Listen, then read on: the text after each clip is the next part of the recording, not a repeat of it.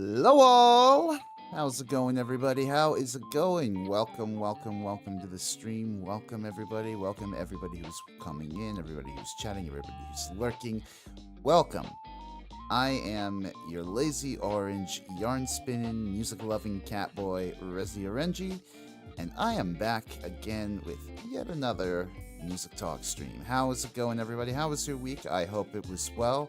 I've been sort of taking it easy again, just sort of, continuing to work my IRL job, snipe at the Glam Metal Part 2 script, and I think I'm getting pretty close to the end on it. Thank God. I've been doing a lot of research recently on the Moscow Music Peace Festival. If any of you guys are aware of that, it's this 1989 music festival that bunch of hard rock bands they got together, mostly managed by Doc McGee, if you know him, the famous music mogul who managed a bunch of things and kind of got busted for drug dealing in his early days. But I'll tell that story a lot more in depth in the actual video.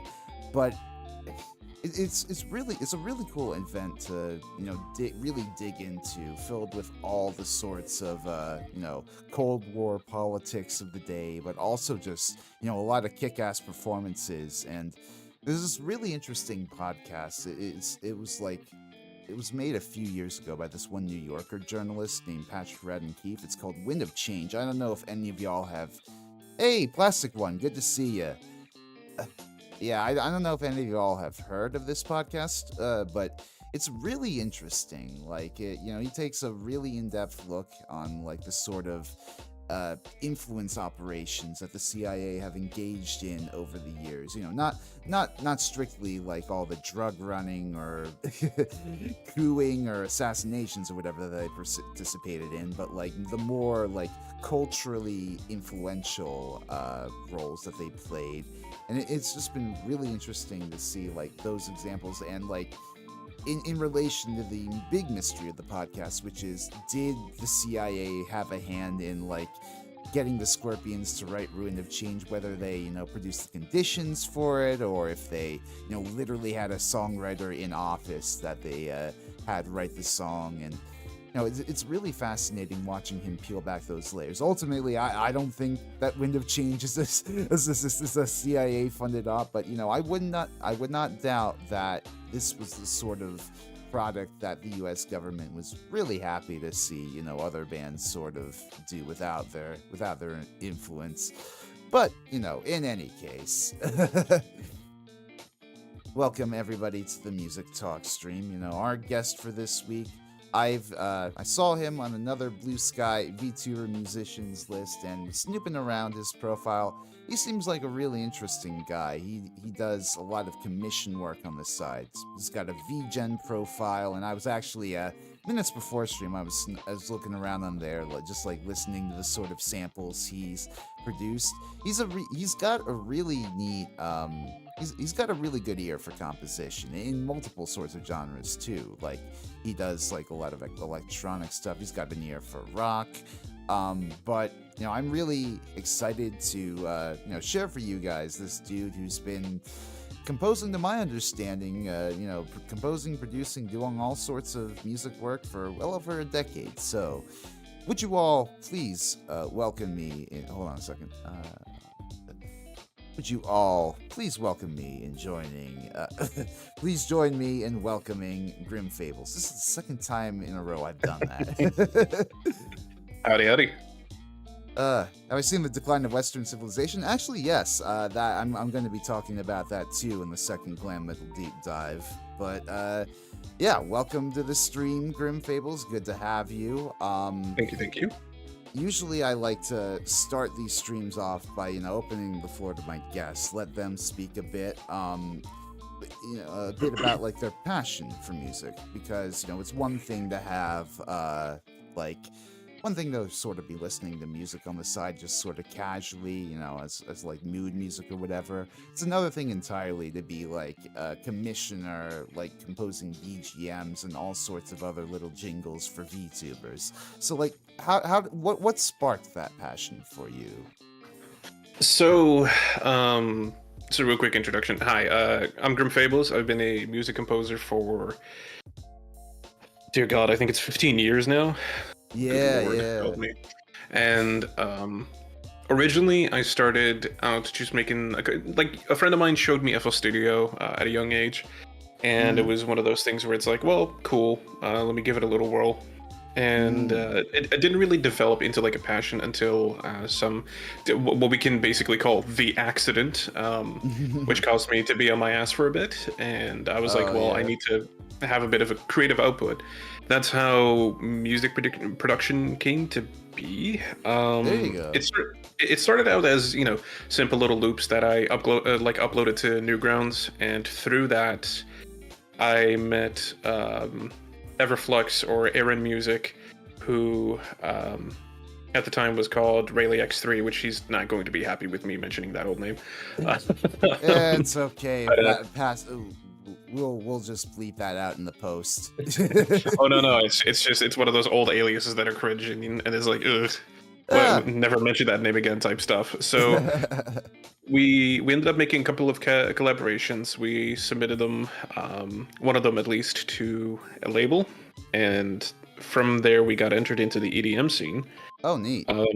From the EDM scene, I happened to eventually get in touch with AK plus Q, who at that time was called Stratalis, Mhm. and we were like, "Hey, you're a fucking sick producer. We're allowed to swear, right?"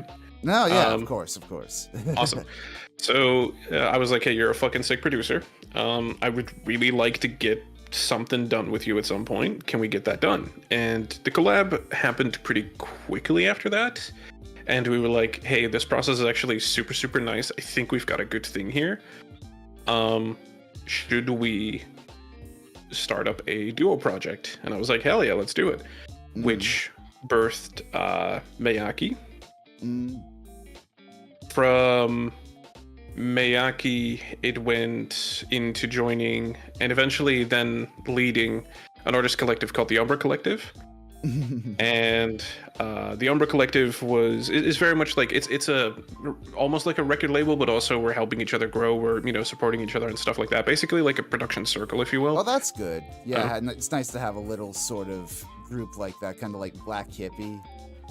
Yeah, exactly. So it helped a lot for a couple of the younger ones and a couple of the people that were just trying to get like their footing and everything in music production, who just weren't sure what to do yet. So we were just Yeah. helping each other grow. Here's what you can do. Here's what we would do. Here's how you could do it, etc., etc. And that was a really nice way to sort of like help build and grow talent within. And then we would often make compilation albums like the old Monster Cat stuff, where it's Mhm. just like, here's like 30 songs or whatever from a bunch of different producers, put it out there.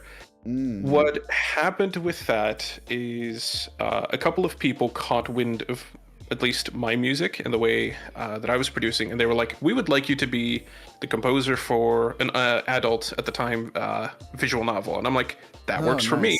nice. I've never produced music for money. I made no money up until that point, so this was a first for me, right?" Right. So, that went relatively smoothly. I was introduced to basically that world, and from that, at some point, a friend of mine who is like, this is at the start of like the VTuber bubble, was, Yeah. "Hey, I really want to avoid any copyright restrictions at all from YouTube and Twitch and stuff like that. Can you make me an original song?" And I was like, "There's Yeah. something in this."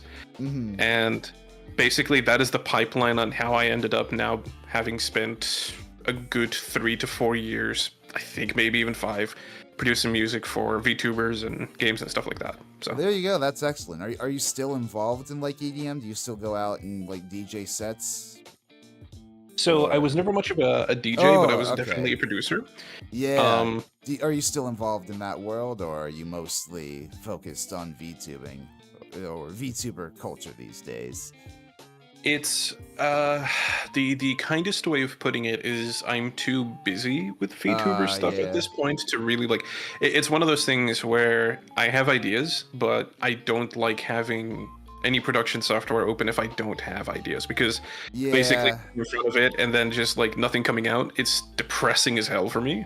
Oh yeah, no, I feel that. Like I'd love to like I use Reaper every now and then to do covers for Mm. my channel, but like when I'm not I only ever learn like what I need to learn to make those covers, and I never really spend any time tinkering around in it other than, Yeah, recording covers. So like I don't know. I'd love to, get a bit better at production, but I just like I find that I've got my fingers in too many pies these days to really focus. think of another hobby. Yeah. Yeah. Also, So welcome John Dinon, and think of the kids. welcome. Fuck them kids. they can handle profanity. At this point, if we're the ones introducing them to profanity, they shouldn't have come here in the first place. The internet's full of profanity as it is. Oof. Exactly. Oof.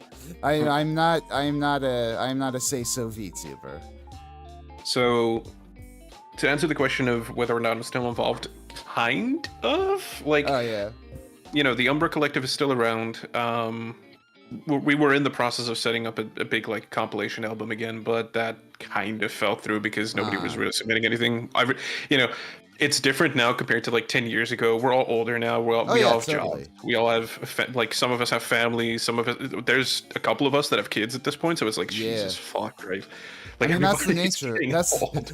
I feel like that's the nature of music scenes, right? And that eventually, like, you all sort of either you either move on to like greater success, or you just sort of, shuffle on to another part in life, right? Mm. And it's not like I haven't, a lot of the VTuber songs that I tend to make, they tend to be a little multi-genre, but Yeah. a lot of it can be classified like synthwave shows up a hell of a lot, and that's still considered EDM. Oh yeah. So like for example, synthwave shows up a lot, and that means I still produce EDM. It's just I'm not releasing it commercially onto Spotify and stuff like that. Yeah, I've noticed like your YouTube channel, like the last, you tend to go pretty, yeah, it's been a while since your last upload, and you tend to, is most of your work like focused on like, just for personal use these days? For streamers, yes, like that kind of personal use, yes. Yeah. Just because of the fact, like I like being busy, and to be honest, it pays the bills. You know what I mean? And oh yeah, of course. I to sort of like crack open the can of worms, if you will, but I've experienced what it is like to have a song hit 1 million plays on YouTube on several channels, and have close to 1,000 plays on Spotify, and have a couple of thousand like monthly listeners and stuff like that. I've seen what the revenue stream is like and stuff like that, and the song that exploded was a shot in the dark that got lucky. And I have within a month usually outpaced any earnings that I would make with VTuber commissions that I do with commercial music. And when it comes to like, so when you look at like I want to make this into a full-time job type stuff, like I'm not going to discourage anyone from getting into the commercial stuff, but don't give up your day job just because you decided that today is going to be the day you launch that new project on Spotify, and it's like it's gonna take a little while before you get there. Like I'm in a band. I've been in a band for like 5 years. We have like 1 EP on Spotify so far. It hasn't really gone anywhere. I'm just happy it's there, honestly, for posterity's sake. Getting something out to prove that your band is not just like some sort of we exist.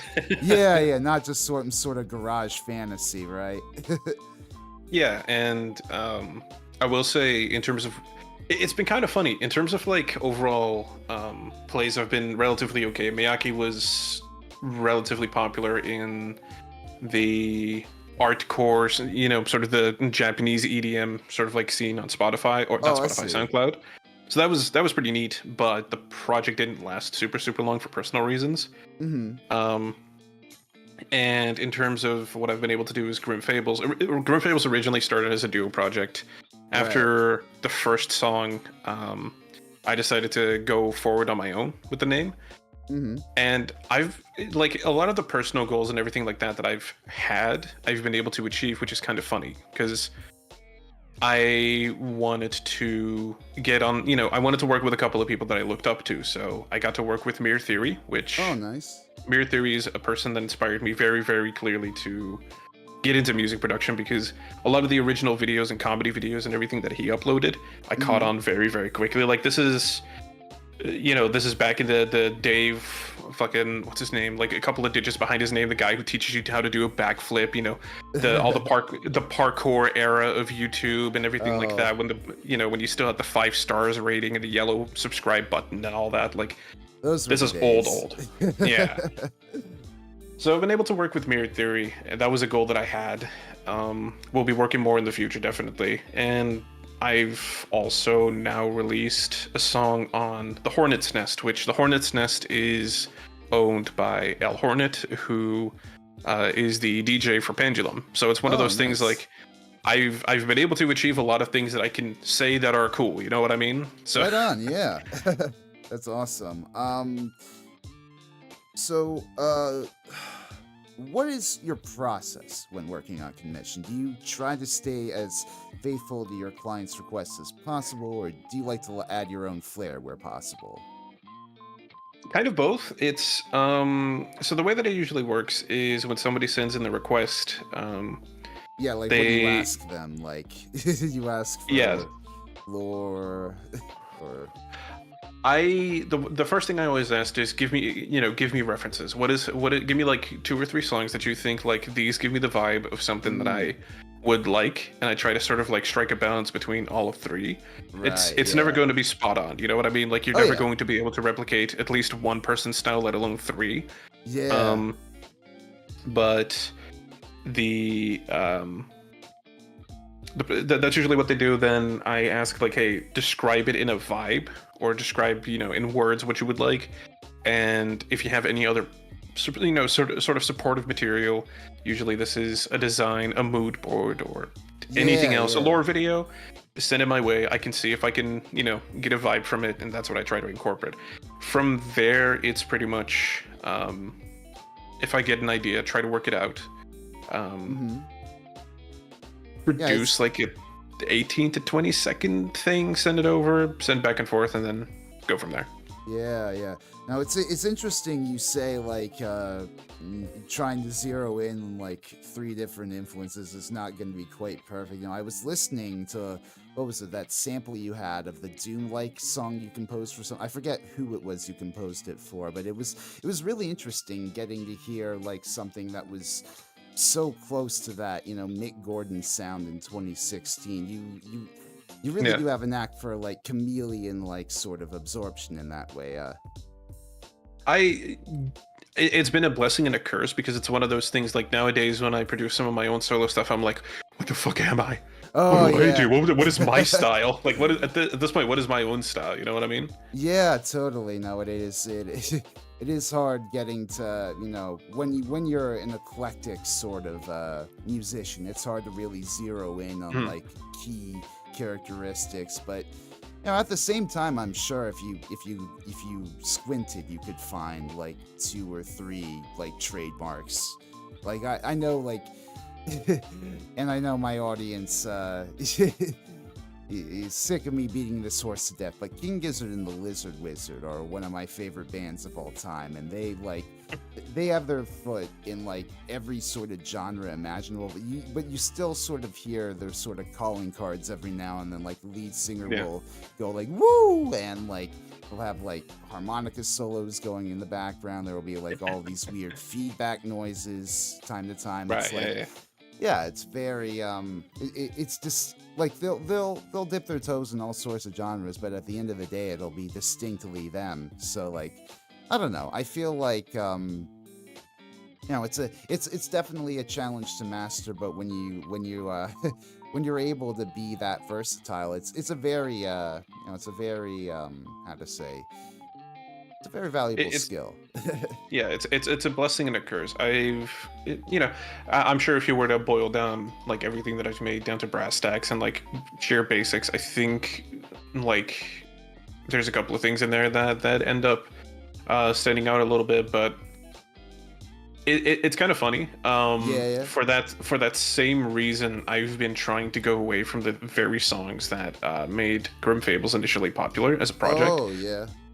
because those songs, like the original Oasis, 'cause I bring this up all the time, but Oasis and Legends took at least like a year to make, Mm-hmm. just because I was like struggling to get the ideas out on paper, trying to get it like collectively, or put it together in a really good, concise manner. Mm. And unfortunately, that has meant that it's taken forever, and I don't think I would want to do those projects anymore. Just because like I mentioned before, like I don't like having any projects open or any FL Studio open or whatever, Yeah. and sitting there basically like twiddling my thumbs, Yeah. hoping an idea pops up eventually. No, it Right. is hard. I've done my own demoing in GarageBand before. Like I had this iPad that I got a few years ago doing like some sort of work somewhere, and it came with GarageBand, and I used it to demo a few songs for one of the bands I'm in. And it came out pretty well. We've got a few decent songs out of it, but at the same time, like I have not touched that iPad to really demo since before COVID, right? Like Right. I don't know. I've sort of felt sapped of the motivation to compose original. Like I kind of suffer from what you do, where like I don't know. I don't want to open up the program and really explore. I've got to sort of have an idea come to me. Mhm. And so far, I haven't really had an idea come to me that, at least not one that I can straightforwardly replicate in GarageBand, anyways. Yeah, like I hear some friends, for example, they'll say like, oh, I open the my stuff, and I'll just I'll just twiddle around a little bit in a couple of like VSTs and stuff like that, like Serum or Vital or whatever, and an idea comes forward from that, and I'm like, that doesn't work for me, because I'd be too frustrated trying to reach a sound where I have no idea what I would want to do. Usually in the process Yeah. of sound design and stuff like that, I have an idea and I just struggle boss basically my way through the entire thing. And if I don't have a sound or a template or a preset or something that sounds close to it and I can go from there, I make it by hand, and if it works, it works. If it doesn't work, it doesn't work. But I'll have Yeah. to make it, and that's my learning process. In that process, I'll learn how to get something done, and I'll learn what each parameter and each filter and each wave will interact with each other and stuff like that. Like that's how I learned music production, because I'm entirely taught and everything Yeah. like that. But That's cool. it's complicated. It's probably not efficient. I have no idea about music theory. I do everything by ear, which is not a great thing. But Well, it's worked out for me so far, and you don't I earn need money to with it at know this point. music. So. Yeah, you don't need to know music theory. It is nice to have, but at the same time, it can be a bit of a prison if Mhm. you chain yourself too much to it. Yeah, and I mean, everybody has their own approach to music. I've seen other people's approach to music. One of the things I've been asked before is like, hey, why don't you stream music production when you work on commissions or when you do like your own projects? And it's like, Yeah, it's because the pressure is there to have the, if I were to do a 2 hour stream, right? Let's say it's a yeah, 2 hour stream. I fucking have to sit there for 2 hours producing with maybe no ideas or only a small idea in my yeah. mind And on a plus, wouldn't scheduled basis. yeah, and plus, wouldn't there be like privacy concerns there too if like your clients didn't especially want you like leaking BGM beforehand, or? There is usually a thing on my forums that is like, hey, do you mind me publicly sharing progress? Oh, okay. So, Yeah, and most of them are okay with it. that's cool. Um, so kind of going back to talking about your originals. What was um. You kind of mentioned how it's kind of been a bit harder to to go back to doing them since picking up commission work, but I don't know. Have there been any benefits? Has your commission work, has your commission work sort of helped develop your songwriting abilities in any way? Yes. The main thing that I've learned is, especially now, like right now, as it stands, I think I have about 6 songs in queue, plus I'm working on a video game OST. Oh, very And nice. Just quickly going to shout them out. Birdie Bones Studio, I'm working on Skinbound, which is a visual novel for them. It's going to be an exciting project to work on. I haven't done much work on it yet because I've got the giant commission queue to work through, but that is going to be primarily synthwave. Fucking excited for that one. Hell yeah. The big thing that I've learned is, compared to EDM and everything that I did before, is I learn how to more effectively put down ideas that I'm going to be able to pick up later.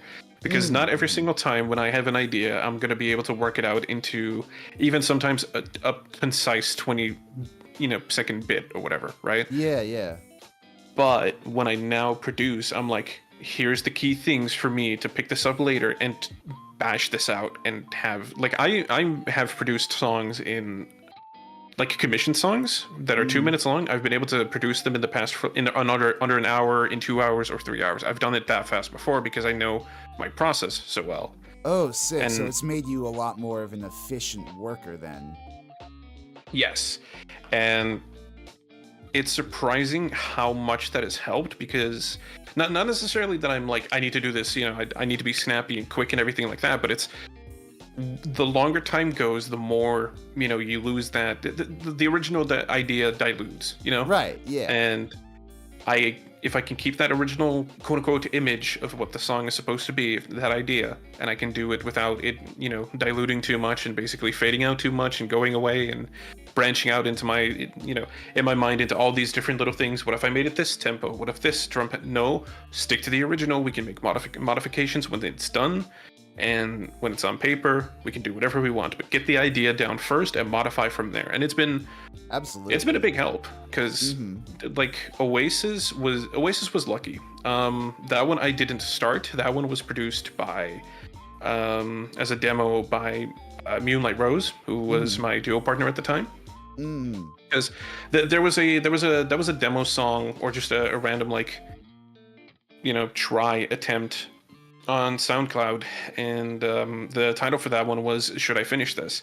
And this was originally going to be a project with somebody called Infrared, and Infrared didn't pick up the project after that. And we asked, like, hey, do you mind if I pick this up with Grim Fables? Different name at the time, but, like, do you mind if I pick this up? And it's like, I knew Infrared already, so they were probably pretty okay with it, just because it's like, oh yeah, it's me. And from there it went. It took a little moment. Like, I'm not gonna say that it was the easiest project to work on, but it definitely went fast at the beginning and slowed down a little bit towards the end. Legends was another one where it's like, as soon as we got the chord progression down and we got the bass idea for the drop down and everything like that, the rest of it followed it was the bridge that we got very quickly. And as soon as we made the drop and everything like that, it was supposed to be a grandiose sort of thing, so we kept that idea. For fuck's sake, the funniest thing about that song, about Legends, is we were like, we want sort of a visual image that is going to be inspiring us all the time, and it's like, I think this was still on Slack, or, like, I think this was the beginning of Discord. I don't even remember how long this was ago, but I sent Moonlight Rose, because this was the very beginning of that project, was still us, but, like, the moment it started to really matter, we split apart. I sent Moonlight Rose the image, like, this is basically what I'm trying to evoke with this song, and it's the Captain Sparkle's fucking, like, Fallen Kingdom, whatever, like, Minecraft animation cover song or whatever, and it's just like, what the fuck is this? What do you mean? And it's like, oh my god, it's perfect at the same time. So that was basically the idea of it, and we ran with it into completion, because we got I keep saying it's the royal we. Yeah. We got Cora on board, who is also known as Coffee Date. Did an amazing job on vocals. Evelyn is fantastic to work with, amazing human being. And yeah, I mean, basically from those projects compared to like how I do commissions now, it is so much easier now to sort of like get these projects on board and like on rails and get them Right, yeah. in a state where I can work for, because when we all have like all these projects that sit there that are 8 bars, 16 bars, maybe 32 bars, and then that's it, Yeah, right? you They never pick get them up. exactly, and it's usually because of the fact that we don't know what direction to go from there. I'm trying to basically cross that hurdle at a minimum. I'm going to get the basic idea down, and then the bridge from that, like try to basically drag that idea out into like, in base number 2, base number 3, maybe, and base number 4 is the full composition. Yeah. I can always modify. If I'm not happy with how something sounds, but I'm happy with certain aspects, I can change it. But when it's done that fast and at that pace, it's fantastic. It makes it a lot easier. That's neat. What sort of DAWs and plugins do you typically use? Are you still a Fruity Loops guy? 100% Fruity Loops. I've tried other DAWs, and man, it's one of those things. Like, FL Studio is a fantastic program, but it's also cursed as hell, because if you start with FL Studio, you will not get other so it's like DAWs. It's like a very specific sort of language they speak that other DAWs don't really. It's more the freedom of it, because FL Studio lets you be the messiest motherfucker in your program as much as you like, right? Like, this is your drum line, cool, but your drum line can also be somehow integrated into your synth line and whatever, and all the automation clips can be all over the place. They can be right at the bottom, right at the top, or right below it, and everything like that. You can make the messiest projects in the world. And when I tried to do that in Ableton, it's like, yeah, you have to do this on a track. What do you mean I have to do this on the track? How many tracks do I need? That the drum sequencer is fantastic. I've not been able to work with any other piano roll the same way that I did with FL Studio. It's just, I was able to dabble a little bit with Logic when I had a MacBook very briefly when I moved to Canada, but it's interesting, but I don't know, like, especially from the MacBook wasn't fantastic. It didn't have enough working capacity to really like support fully integrating ideas and everything, so I couldn't quite get the hang of it. I would want to give it a bigger chance, but right now it's FL Studio. In terms of plugins, I mean, surprisingly, the main one for me is Spire. I think it was by Reveal Sound. Spire, yeah. So Reveal Spire. Yeah. Yeah, so by Reveal Sound Spire. Fantastic little plugin. I like it. It is very good at emulating sort of the classic like synth feel. I found it very easy to work with. It's very satisfying. It's a little heavy on the performance, but my PC that I have now is very capable of running it. Serum is okay, but I'll be completely and brutally honest. Serum I only really use if I have presets, or I'm trying to make a sub bass, because that's the only things I enjoy making in that. Because if I don't want to, if I don't have a preset that I like in there, I'll just make it in Vital. Vital is Vital is free. I've paid for it. I was one of the earlier backers. It is such a fantastic plugin. It looks fantastic. It performs great. Community is great. It's really cheap too for what you can do with it. Like, holy crap. Oh yeah, interesting. So, I'm not much of an electronic music producer myself, so I don't really know all those like synth wavy plugins. That's really interesting. I'll have to look into those further. Yeah, and I also want to quickly mention Contact, of course, because Contact, I mean, if you listen to my music, you'll hear like in giant orchestras and everything. Yeah, no, I don't have an entire orchestra in my closet laying around or whatever that I could just like, here's my tuba player that I could just get to, set up and have play. So Contact is very good at, it is basically a music library player. Very nice. So it's somebody makes a 100 gigabyte fucking sound library of an entire orchestra playing every single note at every single velocity. Oh my fantastic. Those things are huge, but they're fantastic. How much space do you have on your PC? Uh, good question. Let me quickly. I've forgotten, so let me quickly check my storage real quick. The production one, sole production one, is currently at 1 TB. Oh my god. And I have a 2 TB SSD in there. But my entire PC, I believe, is 4 different SSDs of 2 TB Wow. each. Yes. See, and I thought my PC having 464 gigs was pretty spacious. But then again, most of that's taken up by a fucking custom Rock Band DLC recently. I've been. I mean, I've been- that'll fucking fill it up, yeah. yeah, I've been getting into. I don't know how familiar you are with Yard, yet another rhythm game. It's like the fan-made Rock Band clone that's been going around recently. I have heard of it because I have a couple of friends that like to play the rhythm games and everything, but Oh, nice. I myself don't play them as much because I get frustrated as hell with them. No, that is I wanna very be better. valid.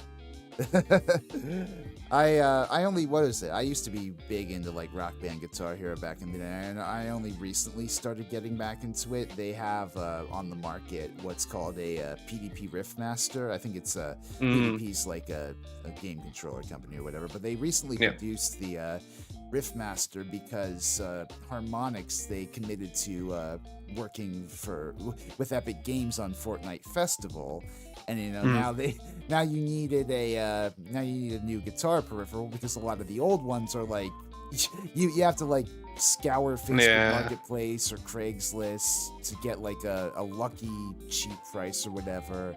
So I just went for the Riffmaster, and it's been a very fun investment so far.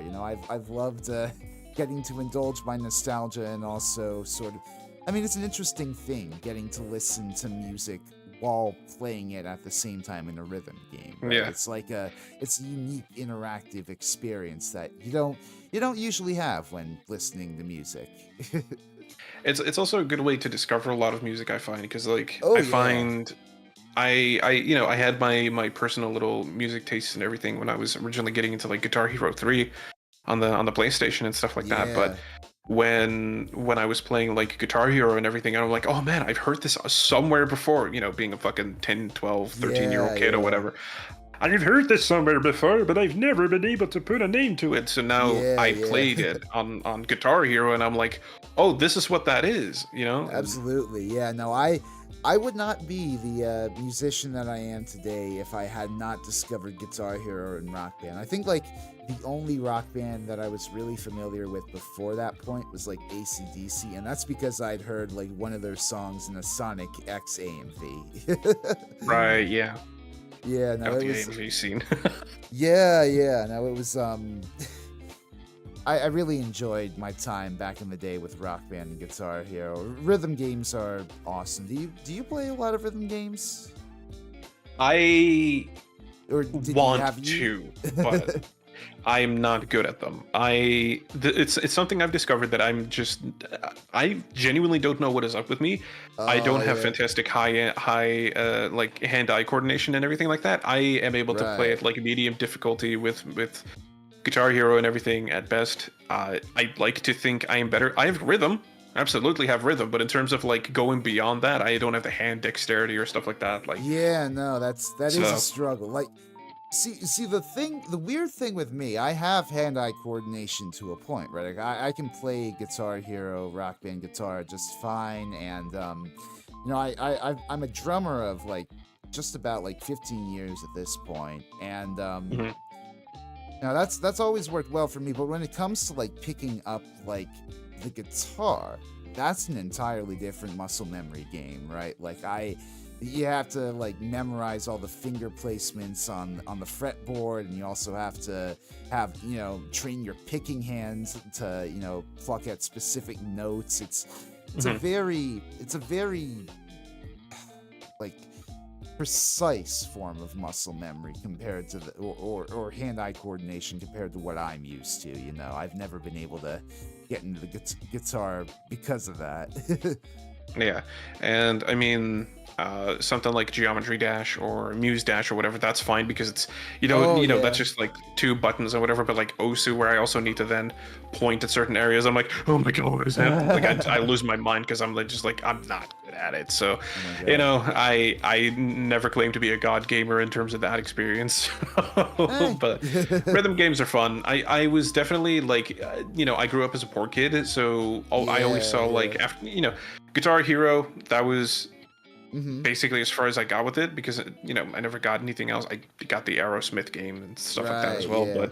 But there was the one where if you plugged in a real guitar, it would like show you the riffs. I think it was is that Rocksmith? Riffmaster. Rockband? Rocksmith, yeah, Rocksmith. Yeah, Not Rocksmith. Riffmaster. And What am I saying? yeah, It's- so that would have been interesting, but I didn't have the money for it, and now I think I'm too old for it. So it's like, you know, Yeah, no, I want to get Rocksmith someday. I feel like if I'm ever going to learn guitar, it's probably through some sort of gamified like yeah, system like that, you know? gamify everything, right? Yeah, If it yeah. works, it works. Absolutely. So what was I gonna say? So you've got you sent me a list of some of your favorite artists weeks before a stream or week before a stream, and you've got quite the wide taste. You know, you seem to love rock and EDM stuff in equal measure. But like, what bands especially do you think you draw the most influence, or bands, artists? Who do you think you draw the most influence from in like the music you like to make? Good lord. It's hard to pin it down to like one specific band because it genuinely is just I'm influenced by what I hear. Right. Yeah. In terms of like the sheer variety, I would say Enter Shikari is probably highest up on that list just because Okay. they too have such a high variety in terms of what they do. Mm-hmm. So, which They're, I mean, they're one if of I was those ever going like to recommend a metalcore band to bands, anyone, right? Or so Enter Shikari is it's hard to define them by genre. right.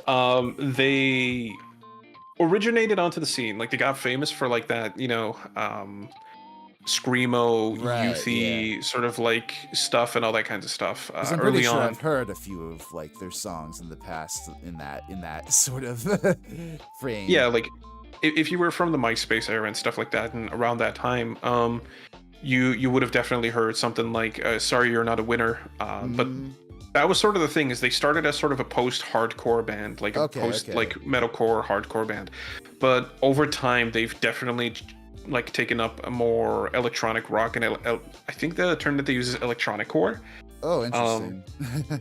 where it's like a combination of scream vocals, EDM, and everything like that. And it I've heard bands do that before, where it's like, okay, this just doesn't work because you're trying to go like dubstep wubs with your shredding of guitar, but like they have such a firm and strong and excellent grasp of what it sounds like to do it right Oh yeah. while still being themselves. It is Enter Shikari is hard to define by one genre, but it is an experience. If there is one thing I can, if I can offer a takeaway for anybody that is listening,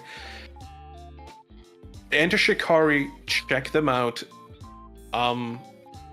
They are such an incredible band, and you will find something that you like. Genuinely, there's something you will like in because I'm looking at their. So here's the funny thing. I'm currently looking at their Wikipedia page, and it literally says the musical style, lyrical themes, and influences. Enter Shikari's musical style has been described as alternative rock, electronic core, post-hardcore, electronic core, and early on in their releases, they were experimental rock, post-rock, metalcore, synth metal, punk rock, hardcore punk, drum and bass, dubstep, techno, electronic, trance, breakdowns, heavy metal, hardcore. Damn, So it's sounds like like they're a regular sleep token over there. Fuck. so it's just one of those things. Like, how do you want to define them?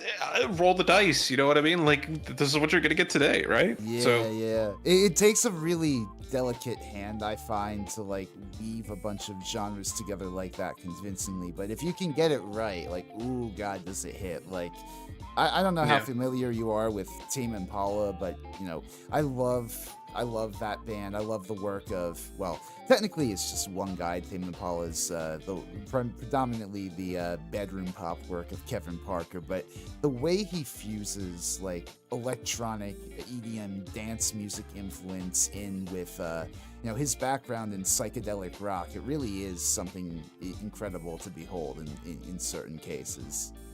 Yeah, I find that I'm mostly drawn to bands that either do a certain genre extremely well, or they're a blend of Yeah. multiple genres. Because like there'll be, what is another good example? Like Pendulum is another good Mm-hmm. example where they're very clearly inspired by metal and rock music, but they are a drum and bass and an electronic band, and they'll very clearly take influences from multiple different genres, right? So Mm. it's really nice when you get that band that you can just listen to and go like, it's not just a singled out experience. You know what I mean? Absolutely, yeah.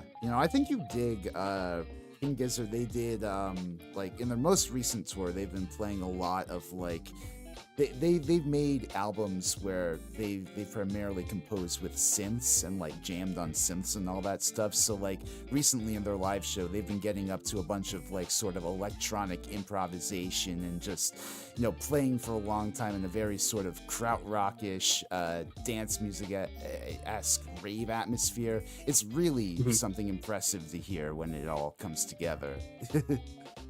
Yeah, I mean, man, I couldn't even imagine trying to get something like that together live, let alone like Yeah. concisely and like everything like that. Like I would be like, well, can I just put it on a loop? Like, can I No, just like have it's wild. Like they have their own sort of like table setup where they've got like all these different synths and wires like looped Yeah. around each other, like just trying to get like a it's for all the band members to access. Like they all sort of like at one point in the set they bring out this table, and then the band members gather around the table, start twisting and turning the knobs and playing the keys to get these incredible atmospheres together. It's something incredible. Yeah, and like whenever a big band like that can like, I think Tame Impala is in studio one person, but like in a live performance, Oh yeah, no, usually you need like multiple people. they Yeah, have guys. yeah. So I've always found that those tend to be the bands where it's like you can get the most variety as well. Like you're not listening to the same thing over and over again. Like you can get different variety of songs, like little edits, little Yeah. changes and stuff like that. I'll go back to Enter Shikari for a second, but like I was able to see them live last year for the first ever time. Mhm. And a buddy of mine, Carl, he mentioned like, oh hey, I went to see them live and it was legitimately, didn't know them before, saw them live, immediately became my first my favorite band of all time. And it's like, okay, well, let me see if I knew them beforehand. It was through Carl that I got reintroduced to the band, and I end up listening to Shikari live, and it's legit. It's a fucking magical experience. It is legitimately like hearing the crowd chant all of the lyrics along, or parts they're supposed to chant because it's supposed to be the shout section, right? Where Oh, it's yeah. the vocalist shouting out something to a crowd, and in the studio they have to shout it back and stuff like that. But like having them know the correct things to say and everything like that, it is. And all of the edits, all of the changes, there's sudden acoustic versions, or there's different twists or everything like that. Like when things are performed that live and with so many different variations, what a fucking experience. Oh, It I'm is. sure, yeah. It is genuinely. There's a reason they're my favorite band. Like it's genuinely just one of those things where you Yeah. could, if you go to one of their concerts and just kind of like have no idea what you're getting into, you'll come out of it being like, oh my god, what is this Yeah. band's name? I can't say that I've ever had an experience quite like that in like a live concert where I went to a concert not knowing like the supports of the headliner and going and being like, oh my god, I need to look into these guys. But like, I don't know, I guess if I had to think, there was like maybe like Volbeat back in like 2009. They opened for fucking Metallica at Madison Square Garden when I saw them when I was like a teen. And this was before Volbeat got really big, like a few years down the line. And I remember being impressed, just this sort of rockabilly-ish European band coming in opening for Metallica. I always felt that they had a good rhythm with the Volbeat. Oh yeah. No, they definitely got definitely got a solid instrument. I need to look into them more. I don't know. What was I gonna say?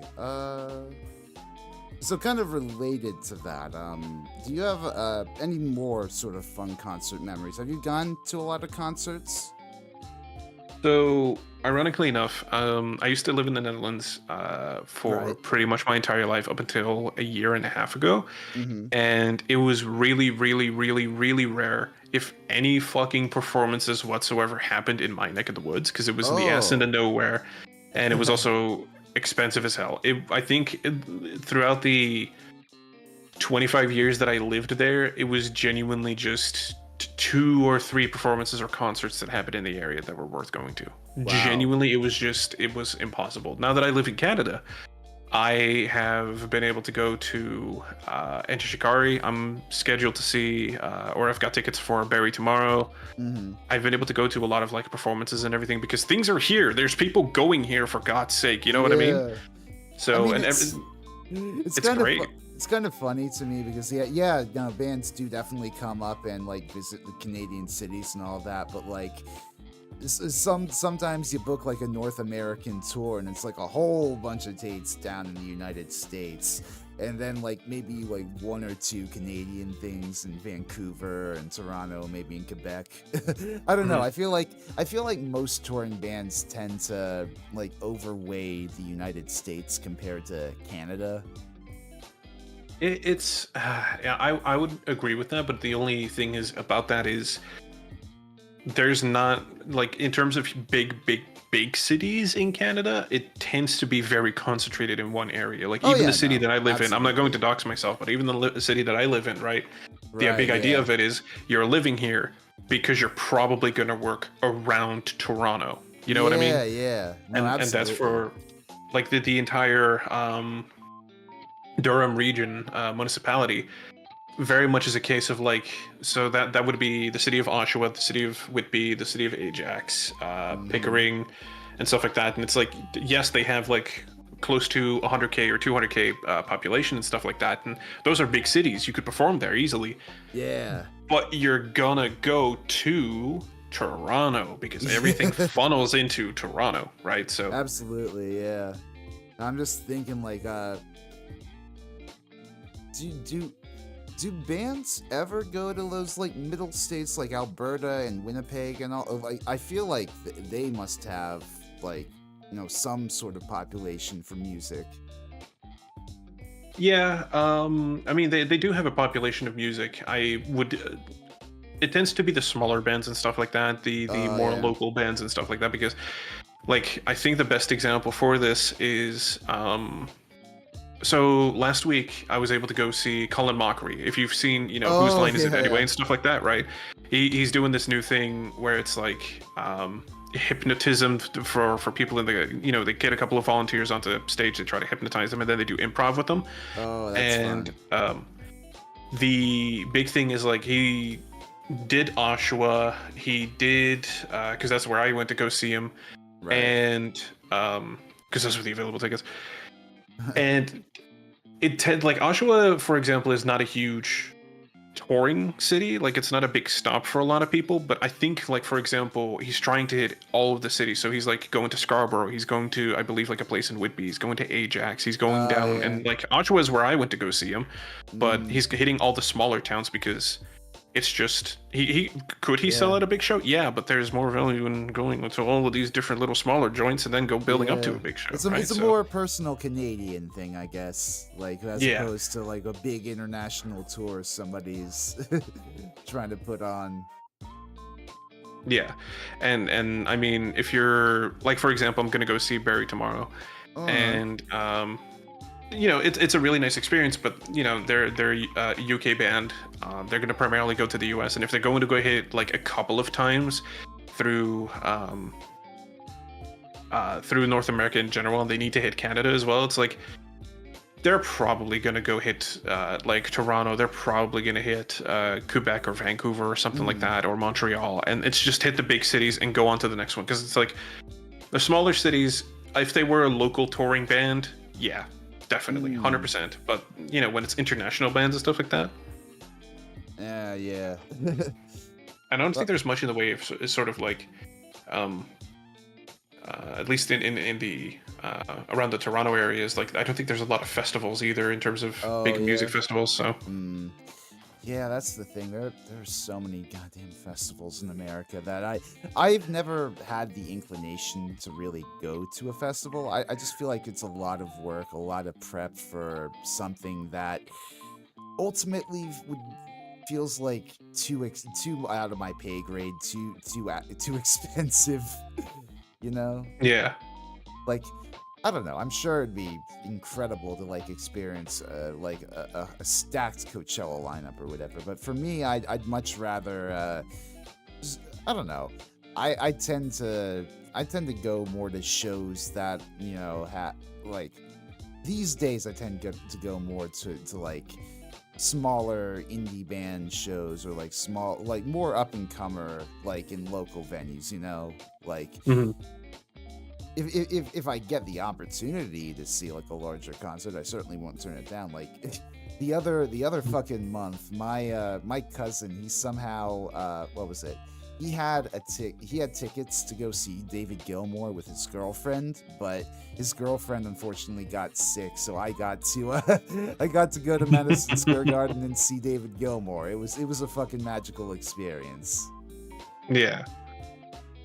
Like okay, so just to quickly reiterate, because I just quickly checked something. Like, yeah, this is kind of what I mean. Is like because Colin Mockery is much more known in Canada because Oh yeah. Canadian comedian, everything like that. Like I'm Right, checking right. his tour, like upcoming shows and everything, and there's it's a bunch of smaller towns. Like there's Hamilton, there's Lindsay, there's Oh, Mississauga, nice. there's Chatham and stuff like that. And they're smaller towns. They're about 400 to 1,000 seater venues, just Yeah, because it's a yeah. more intimate experience as opposed to like a giant concert hall and stuff like that. So Absolutely, yeah. so it's one of those things like I happened to catch him, in Oshawa, but if it would have been like anywhere closer or whatever, like Yeah, I would have yeah. gone there as well, just because it's a local. You know what I mean? Right, So yeah. Also, so it's a hello, bit sorry. Also, hey, regular ass skeleton. yeah, Title that's of a mu- username. I love it. Title of music documentary makes it. Well, see, the thing with Decline of Western Civilization, yeah, the title is a bit dramatic, but it's actually not to do with like the old forces of the day bashing metal music or whatever. But honestly, I don't know. I think the whole because it's not just the one documentary about metal that's titled Decline of Western Civilization. It's in a series. Like it starts with covering punk rock as it rose in Los Angeles against the sort of creeping authoritarianism among the city's police force or other aspects of civic life. That was part one. Part two was exploring sort of how the desperation of Los Angeles economy like was sort of, I don't know, driving people into pursuing more ideal. Sorry, I mean, I'm kind of well, blanking on words, but that is to say, it is a decline. It's examining a decline in the sort of society that had come before, that had sort of, given rise to what was happening in the 80s. Essentially, I guess the decline was more in Reaganite policy and austerity and all that stuff than in anything that the youth were consuming. and besides that, like I do know of the documentary, and it's I believe it also covers bands like Black Flag and like X and stuff like that, and it's just like Oh yeah. when you see a time, when the 70s to 80s like punk rock bands and stuff like that, like Black Flag and such, like yeah, you're gonna get some pretty heavy titles. That's so like the decline of Western civilization. Yeah, you're gonna get that. You know what I mean? Yeah, yeah. It was. It's why I haven't even gotten to like I've been watching these documentaries for this series I'm doing on glam metal, right? Where it's like Mhm. like what was it? The first part I put out not that long ago. It's about like sort of glam metal's rise and origins. And in the early days, glam metal was competing with hardcore punk because it was like the punks were really on the rise at that time. It was them and like new wave that was really attracting the attention of the record labels. Glam metal bands were still around, but they weren't. What was it? After Van Halen got signed, they were basically like sort of forced underground to like really promote themselves to break through. Mhm. Yeah. And then, so that's sort of how I tied Decline Part 1 into that. And then for this upcoming video I've got, I'm gonna be tackling Decline Part 2, where she went back to Los Angeles and examined all the glam metal bands. I'm really excited, though, for Decline Part 3. That was one that she filmed in the late 90s, Penelope Spheris, when she went to explore, like, the sort of phenomenon of gutter punks and, like these homeless punk children, essentially, like, banding together as a family. Mm. I don't know. It's I find, like, Spheris, because I know she directed, like, Wayne's World as well, for example. So it's like, oh yeah, she's very much got her finger on the pulse of, like, rock culture at its core, you know what I mean? Like, absolutely. maybe not all the genres and whatever, but it's like, you know, it she knows enough to make a parody of it, you know what I mean? Which is essentially what Wayne's World is. It's a comedy and a parody of, like, basically like the rock music scene and stuff like that. No, she was overqualified to direct that movie after all the shit she saw in Decline Part 2. Have you seen the Metal Years? Unfortunately, no. I only know the titles, but yeah. It is a really fun movie. I mean, it can be a bit harrowing too in places. Like, they talk very candidly about, like, drug abuse, and, like, there are these musicians, all these small-time Los Angeles scenesters going around talking about how, you know, they can't fathom a world in which they won't get signed by a major label, and if they don't get signed, they considered maybe even ending their lives or whatever. You know, it's a really sort of dog eat dog. Well, not necessarily. I mean, they were all competing, obviously, for record labels' attentions, but some were probably kind to each other. I don't know. I feel like within, like, the community itself, it probably would have been kind, but it was very much the, if I'm not, you know, this is what I'm going to do with the rest of my life, and if I'm not able to be granted the opportunity to do so, then what is my life? That's sort of that mentality, right? Absolutely. And I mean, it's a lot of the bands I believe in covered, at least in one, like Black Flag and everything, like, you know, very much sort of commentary / protest songs and everything like that. And I mean, at least with the commercialization of music these days and stuff like that, like, I don't know, I don't think the bands would have been, because it was very much a thing of, like, you had to be signed back then, you know what I mean, to get onto all of these platforms. Absolutely, yeah. I'd be interested to see, like, what if we could take something like Black Flag, like the original sort of, like, uprising of, like, Rise Against, even, you know, make it more aimed towards teens and everything like that, or like X or something like that, and put them into the world today and see, you know, I'd be kind of curious to see how they would thrive with, like, the commercial setting that we have today, especially especially with the current, not to make it political, but political climate and stuff like that. Like, let's see their commentary on these things, you know? Honestly, they were all about, like, pioneering that whole DIY aspect of things. I don't think we'd have, like, some of the resources we have now, like maybe Bandcamp or SoundCloud, without them. That sort of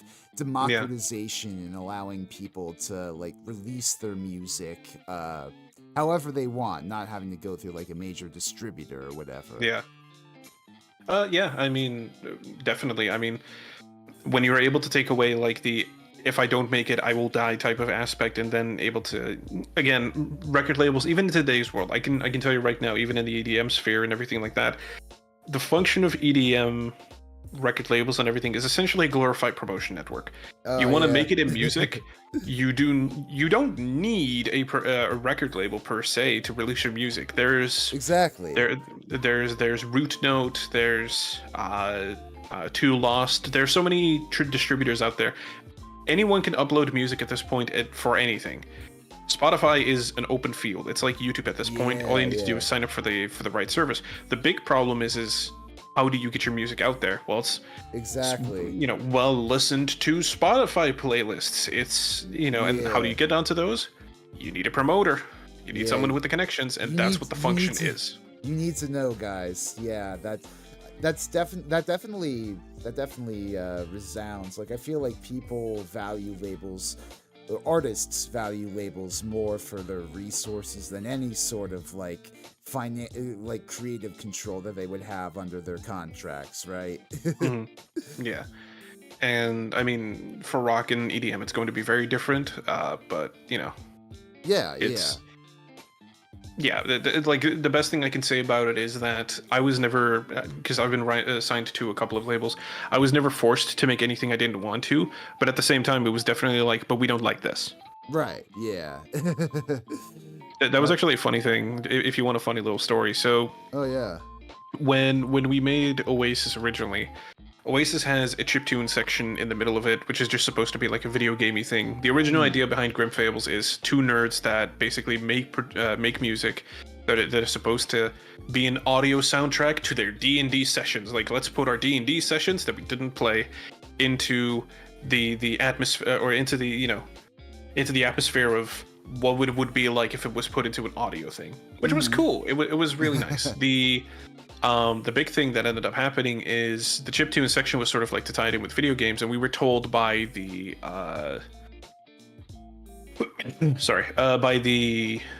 label owner at the time, who I'm not going to name, let's just call him Bob. Bob ended up sending us a message like, yeah, I don't like that. I don't think it fits the label. I don't want you guys to do something like that again. Well, It's too nerdy. my duo partner, yeah, so my duo partner ended up not producing the VIP, which is, variation in production. It's basically a soft remix. Right. But the VIP was very much like, you didn't like the chiptune. Okay, well, let's see if we can replace it with something different. Not that you'll like. And yeah. so, that was our little self-rebellion, if you will, where it's just like, okay, well... Make it worse. Get him to pick the chiptune. Oh, no. We said like, okay, you didn't like chiptune because you didn't like something like that on the label. Cool. So in the VIP, we made it metal. It's metalcore. It's literally just like a sudden metal breakdown that comes out of nowhere. It's just like, yeah, here you go. Here's the difference in chiptune. Which one do you want? And it's like, okay, well. Right. Oh my gosh. But yeah, speaking of like bands and everything, like especially in Oh yeah. Again, not to make it political, but like in political climate and everything like that, like I find myself listening to a lot of like Run the Jewels and stuff like that these days, which yeah. So, and I've meant stuff to, like that. I've meant to dig into their discography. I've heard a few of their tracks. Like, I think one of my friends from back home, sent me some at some point. But I don't know. I haven't really sat down and listened to their albums. I really do like what LP does. Mm-hmm. LP is legitimately one of the best producers and doesn't get enough credit. Like, you'd be surprised with how often I would see like. I'm very much a person who likes to see other people's reaction to songs as well, to sort of like see what they respond to and everything. And one of the funniest things with watching like Run the Jewels, and you see like people who enjoy rap and everything, and then they'll be reacting to the video, and then you'll see, LP being the white guy next to Killer Mike. Killer Mike, fantastic rapper in his own right. But he's sort of the figurehead and very much in the news as well, especially after like the Black Lives Matter protests and stuff like that. Yeah. Like, he was very big in the news. So whenever he shows up, it's like, oh yeah, it's Killer Mike. We love Killer Mike. Who's this white guy? And it's like, people sleep on LP so fucking hard, considering how much of a influence and legacy he already has in the hip hop and like rap scene and stuff like that. Not to dunk at all on the Killer Mike, but Killer Mike's praises, we can sing for days. It's LP's praises that sometimes need a little bit more praise because he's not mentioned as often in the same conversation. You know what I mean? Honestly, like what a producer. Given Killer Mike's own messy politics, I feel like LP should be the better appreciated member these days. But I don't know. I mean, it's still. I wouldn't go that far. I would say. Yeah. I would say that they have their hearts in the right place. Yeah. How they sometimes verbalize some of it is, sometimes up to scrutiny, but everybody makes, the occasional statement that they don't mean, and people run with that or whatever, so. I mean, at the end of the day, it doesn't take away from some of the messages in their own music. Yeah, exactly. Like, that's the most important part. I don't know. I feel like it's cool that they got like fucking. Didn't they have Zach De La Rocha on a song at some point? They have him on plenty of times, actually. Yeah. Oh, awesome. So like whenever you see like any music video, he'll often just be like, here's Ooh La La, for example, and then they'll be like, okay, Greg Nice, DJ Premier, who are excellent rappers with legacies in hip hop in their own right, and Zach won't even be on the fucking song, but he's in the music video just walking with them, and it's like, why are you here? What did you contribute? No, I'm just here to look cool. All right, yeah, cool. Fuck it. It's a damn shame that Zach and like Rage Against the Machine didn't exactly work out, you know, in the late 90s, early 2000s, and had to split up. Or ultimately, like, I wish they could have kept going, but at the same time, they kind of said all that they needed to say on their albums, you know, like. Yeah, it was people that were upset with the status quo and that wanted to have justice for particular things, and It still Zach resounds to this day. it's crazy. Like, here's one of the things that I actually it's not even related just music, but it's a lot of the funny like music or even comedians, or especially something like George Carlin, whatever, right? Like people that make comments or have commentary about the status quo and stuff like that, and it's and you'd be like, okay, well, how much of that still holds up today? And it's like, it's fucking, it still holds up.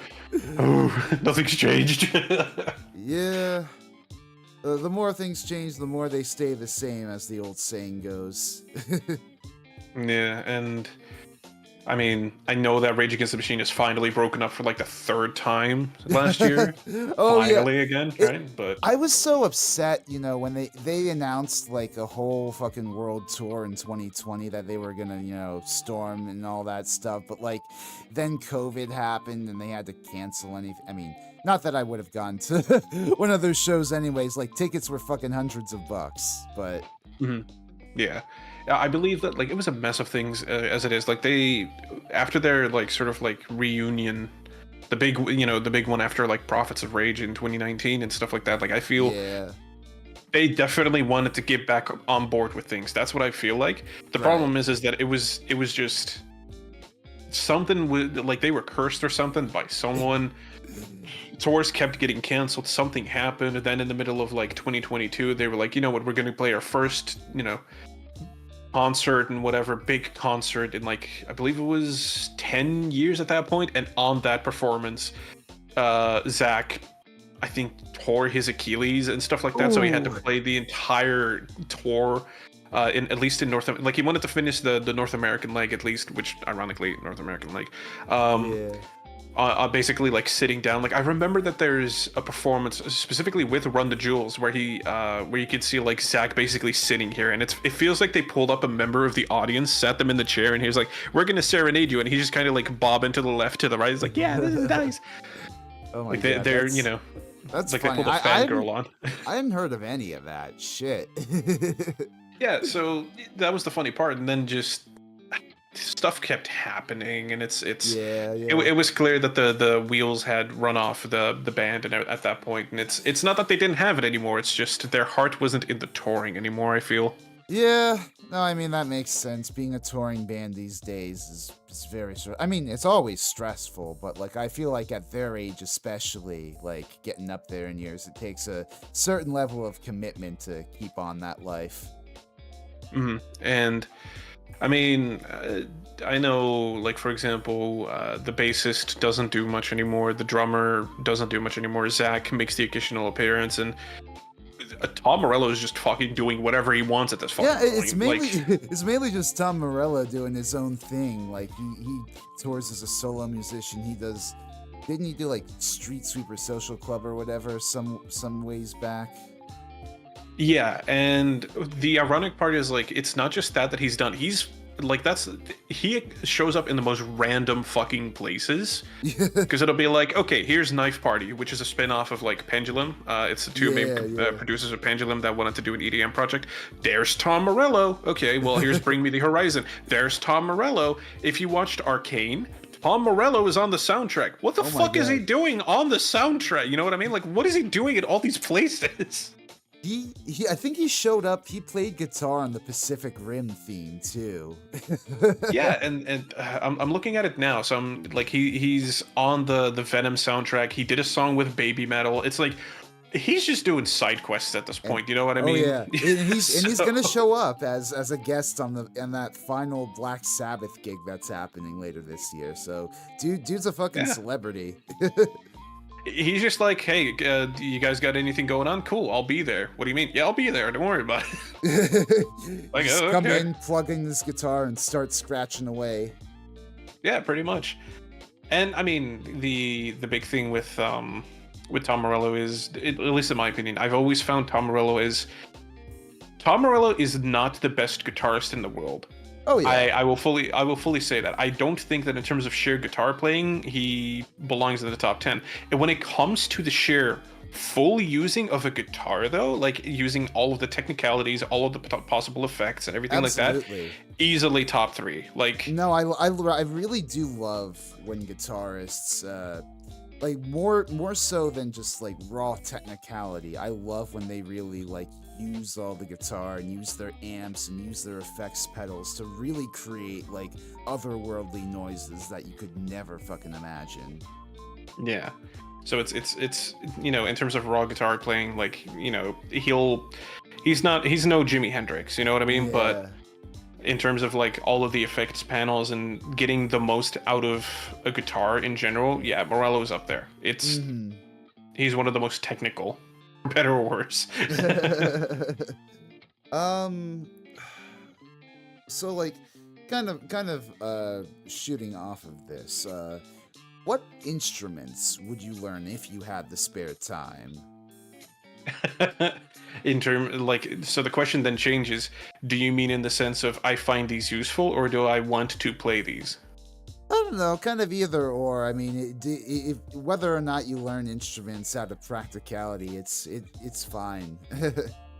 I suppose that's fair. So if I want to go purely based off of efficiency of, like, a fucking 13, 15-year-old producer or something comes up to me and is like, hey, I want to learn how to produce music. What do you think is useful? I'll tell them to pick up the piano.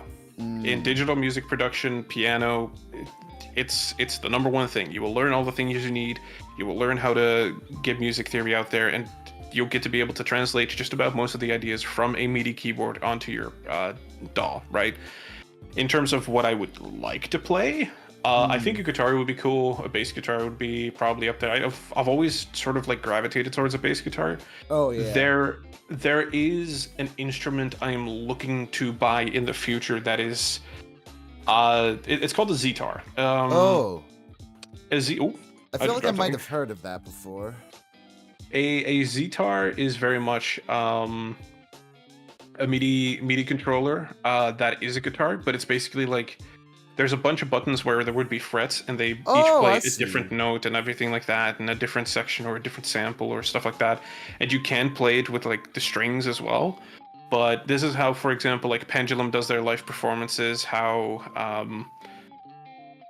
what are their names? A bunch of other bands have done it as well.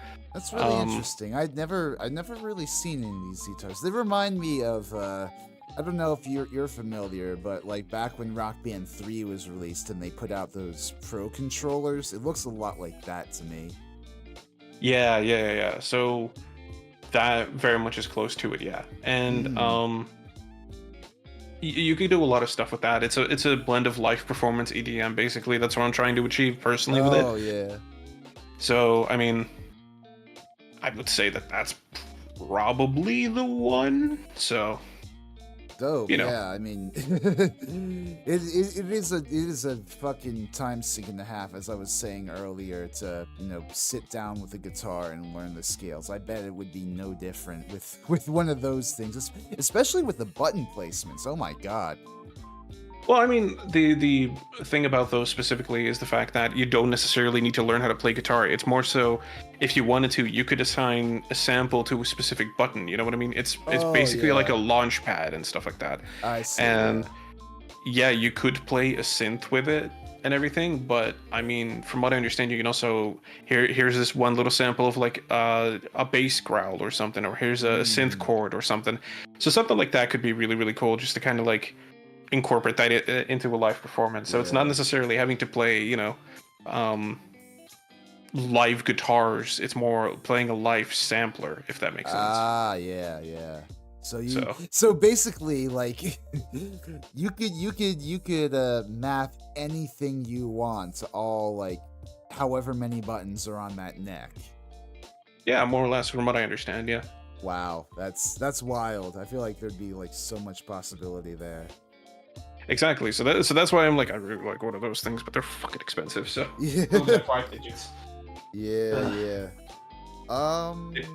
They have to be custom made too. So Oh yeah. Let's see.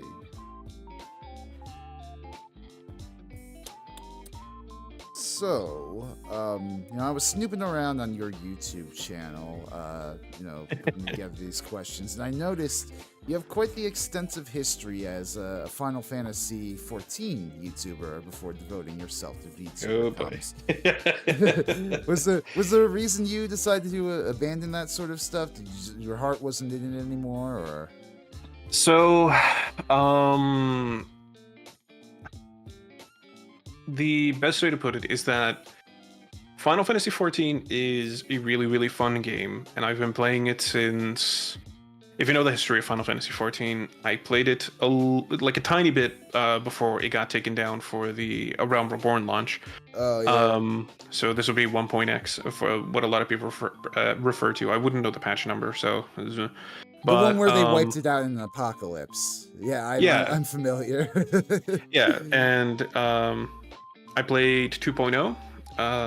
It didn't quite catch me. Then Heaven's Word got released. I got an email saying like, "We've released an expansion," and I'll be like, "That sounds neat." The Dungeon Lounge, like, uh-oh. Yeah, we're about to get into that territory. So Final Fantasy XIV released, Heaven's Ward. It's a great expansion.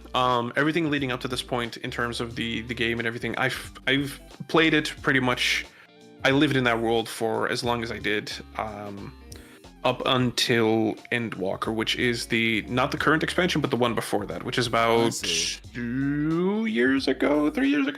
Okay. And the big thing that I had with Final Fantasy is not only did I live in the world, but I wanted to make things that were useful for other people. Originally, I made a video just for friends that was supposed to be like, here's how you farm this specific currency in this game, and that was called MGP, and it's sort of like a mini casino thing. What is the most useful, doing all the math, doing all the research, and I enjoyed that part very, very much. It was the editing part that I didn't like too much, but I made the video, put it all together, was very happy with it, and I shared it on the Final Fantasy XIV subreddit.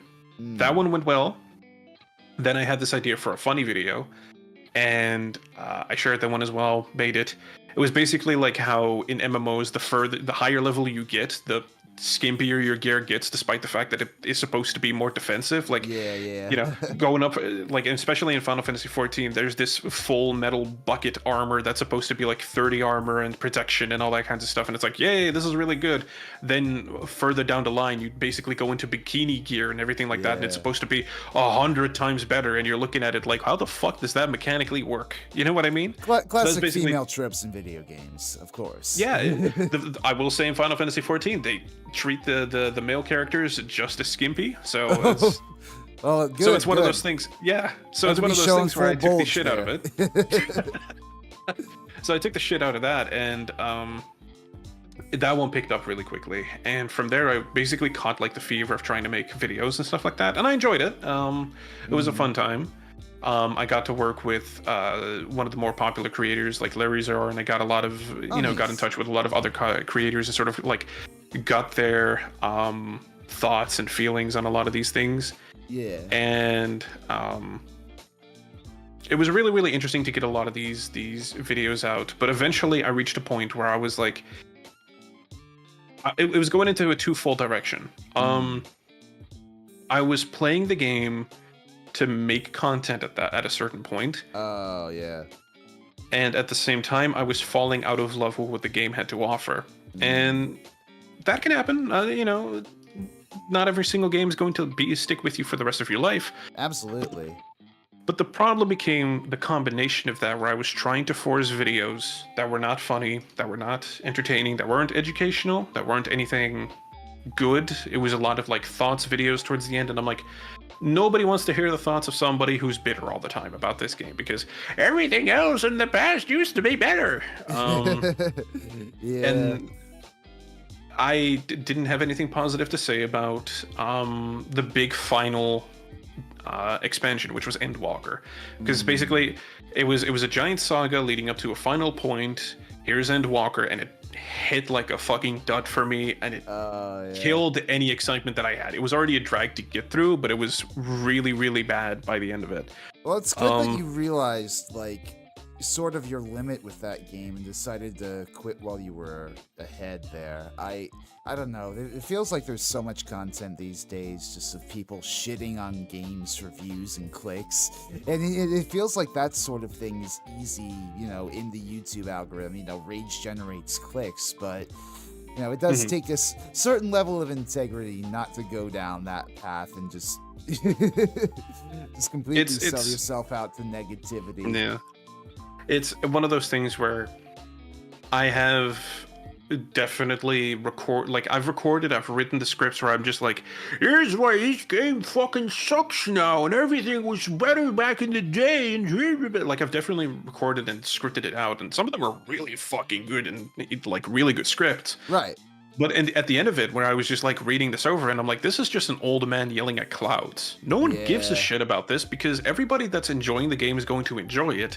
The only people that I'm going to appeal to are haters. This game is yeah, exactly. Like, this game is shit. This game is shit. This game is shit. This game is shit. And it's like, it might be, but there's more to it. It's because from the ground up, Final Fantasy XIV it almost feels like it's designed for me. Right? And I don't mean that in the egotistical sense of like, they made it for me specifically. It's right. My favorite Final Fantasy is Final Fantasy XII. That was the first attempt at an MMO, right? No, that was 11. Oh, okay, yeah. 12 is basically it's a big Star Wars story. It's Star Wars in a Final Fantasy setting with a lot of desert and stuff like that, but it's fantastic. I love it so much. It is my favorite. I love the world. I love everything about it. The world especially is fantastic. I will never say a bad word about Final Fantasy XII, except Vaughn should not have been the protagonist. If you know, you know. The big thing that Final Fantasy XII had an influence on is, well, just about everything, to be completely honest with you, because when they released a lot of the design documents and design talks and like what went into making Final Fantasy XIV, they pretty much said Final Fantasy XII was the groundwork that we built up from to basically the one with the Gabbets. Yeah, exactly. So Final Fantasy XII was the groundwork for Final Fantasy XIV, and they basically said, let's try to make that into an MMO, then adapt it further, and etc., etc., etc. That was the core idea behind the relaunch of it. I see. And it was a great idea, and it works really, really well, right? It's just after a while, I just didn't enjoy the game anymore. And I still love Final Fantasy XII. I still love the entire Ivalice setting, and that is a massive expanse of games as it is. Yeah. But 14, it's... I don't know. Also, like any new player, sorry to cut you off there, but like any new player that's going to get into Final Fantasy 14 at this point, like I could not fucking imagine trying to get into that game at this point. There is, I have, so on my Steam it says I have 5,000 hours. I just quickly checked. 5,000 hours played. That's not accurate. I played half of my time in that game on PlayStation 3. So I have at least double that across every platform. So I essentially live my life. I have close to 8,000, like I would say in total probably close to 8,000 to 9,000 hours in that game. That is an insane, inhuman amount of time, but honestly, I still haven't done. Yeah, it's I still haven't done everything. Yeah, I guess at a certain point you just need, like, I don't know. I feel like everybody's obsessed with like completionism in gaming these days, where it really doesn't hurt just to have a solid goddamn experience, you know, from point A to point B. Yeah, like, you know, I know some people that are achievement hunters and stuff like that, and I'll be honest, I'm guilty of it too. Yeah. Like Hades, for example, from Supergiant, for example, right? Oh yeah. There's Yeah, so ironically, a friend of mine, Matthew, him and I, we both play Hades. We shoot the shit a little bit about that game, and one of the things we did is we compared our achievements list, and we were like, who can complete the 100% achievements list before the other? Oh my What were we god. what were we betting? Nothing substantial, but it was just a fun little challenge between the two of us, and it's just like, let's complete 100% these games. And I was looking at some of them, and I was going through some of them, and I'm sitting here like, who the fuck goes out of their way to complete some of this crap? Exactly. I Right? mean, like some achievements are just like absurd time sinks. Absolutely. And I mean, I'm not about to say like I didn't enjoy my time, but you don't need to 100% every single game. Especially like we're all Yeah. adults now. I'm above the age of 25. I'm in a couple of years I'm going to be 30, right? Yeah. I don't have the skill. I don't have the fucking mental capacity anymore to be a COD player. I don't need to play Absolutely. I don't have the mental capacity to play Apex and everything. I like my little chill games. I like my little Cult of the Lambs. I like my little Oh yeah. Helldivers occasionally. Maybe Marvel Rivals at a time. But That's fair, overall, yeah. like play games because you like to play them and because you think it's a nice little distraction. Like I think Mhm. that's one of the reasons why, for example, a game like Balatro caught on super strongly is Oh just yeah. pick up and play. You launch the game, play a couple of card hands, really fun. Yeah. Oh, it's 3 a.m. I have work at 10.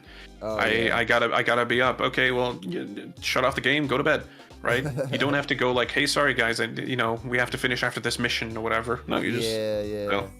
Totally.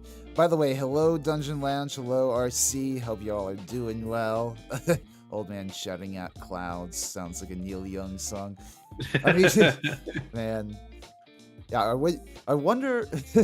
That'd be funny if he like watched The Simpsons and decided to write a song like that. But yeah, no, Uh, it's and to sort of like bridge from that is, I feel like something that influenced me a lot as well is a lot of like game music as well. yeah, 'Cause yeah. I was game music is wondering. underrated.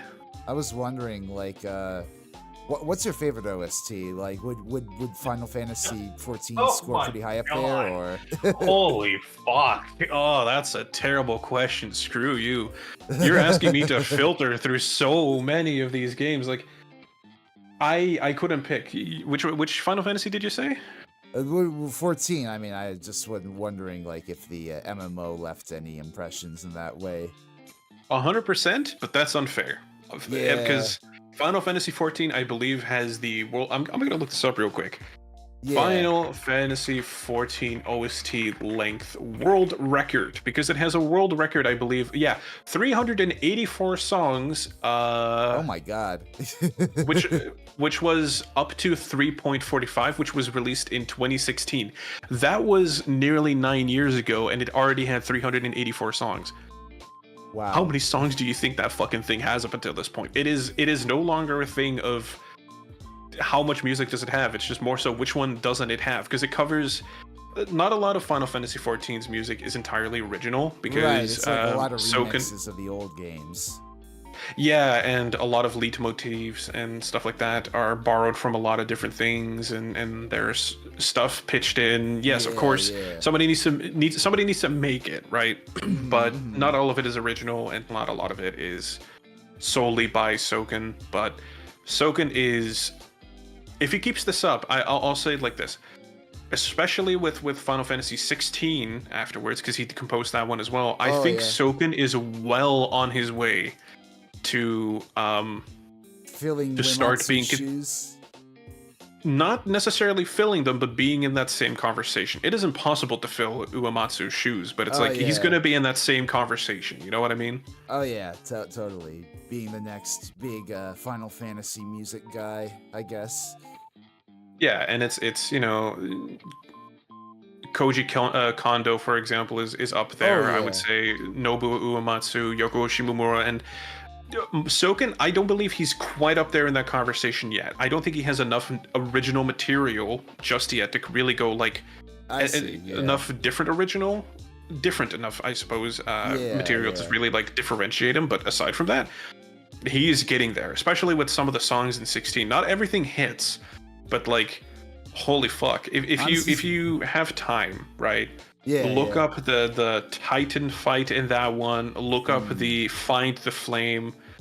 Holy crap! Some of the songs in that game are fan fucking tastic.